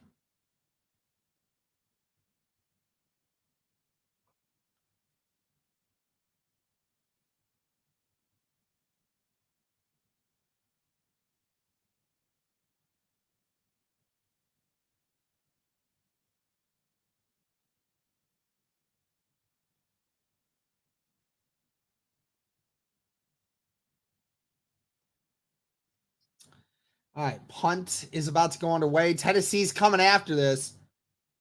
Yep, get it off. Oh, jeez. Took a while. And what a beautiful punt. Inside the 10. What a punt by Rigoberto Sanchez. All you had to do was make sure you didn't put him on the inside or outside the 30. And my God, what a beautiful punt. Tennessee is somehow going to have to get like 60 yards. The ball stayed in. The ball stayed inbounds and for an extra second and a half. A beautiful punt there by Rigo. I think the Colts have got this. They got to play back. The Colts are playing on the sideline with their safeties all the way at the 40. The Colts with one defensive lineman. One man rush out of Tommy Wah. Let's go, baby. Let's go out of Tommy Wah. They're like, what are we waiting for here? What is this? Out of Tommy Wah ain't even trying, bruh. And it is caught, and it's flipped back. Zaire Franklin, and they're flipping it back and forth, out of Tommy Wah, almost got it. Will Levis falls, and it is done. Indy wins the first game against the AFC South. And Titans Rossi, you are shaving your beard, my friend.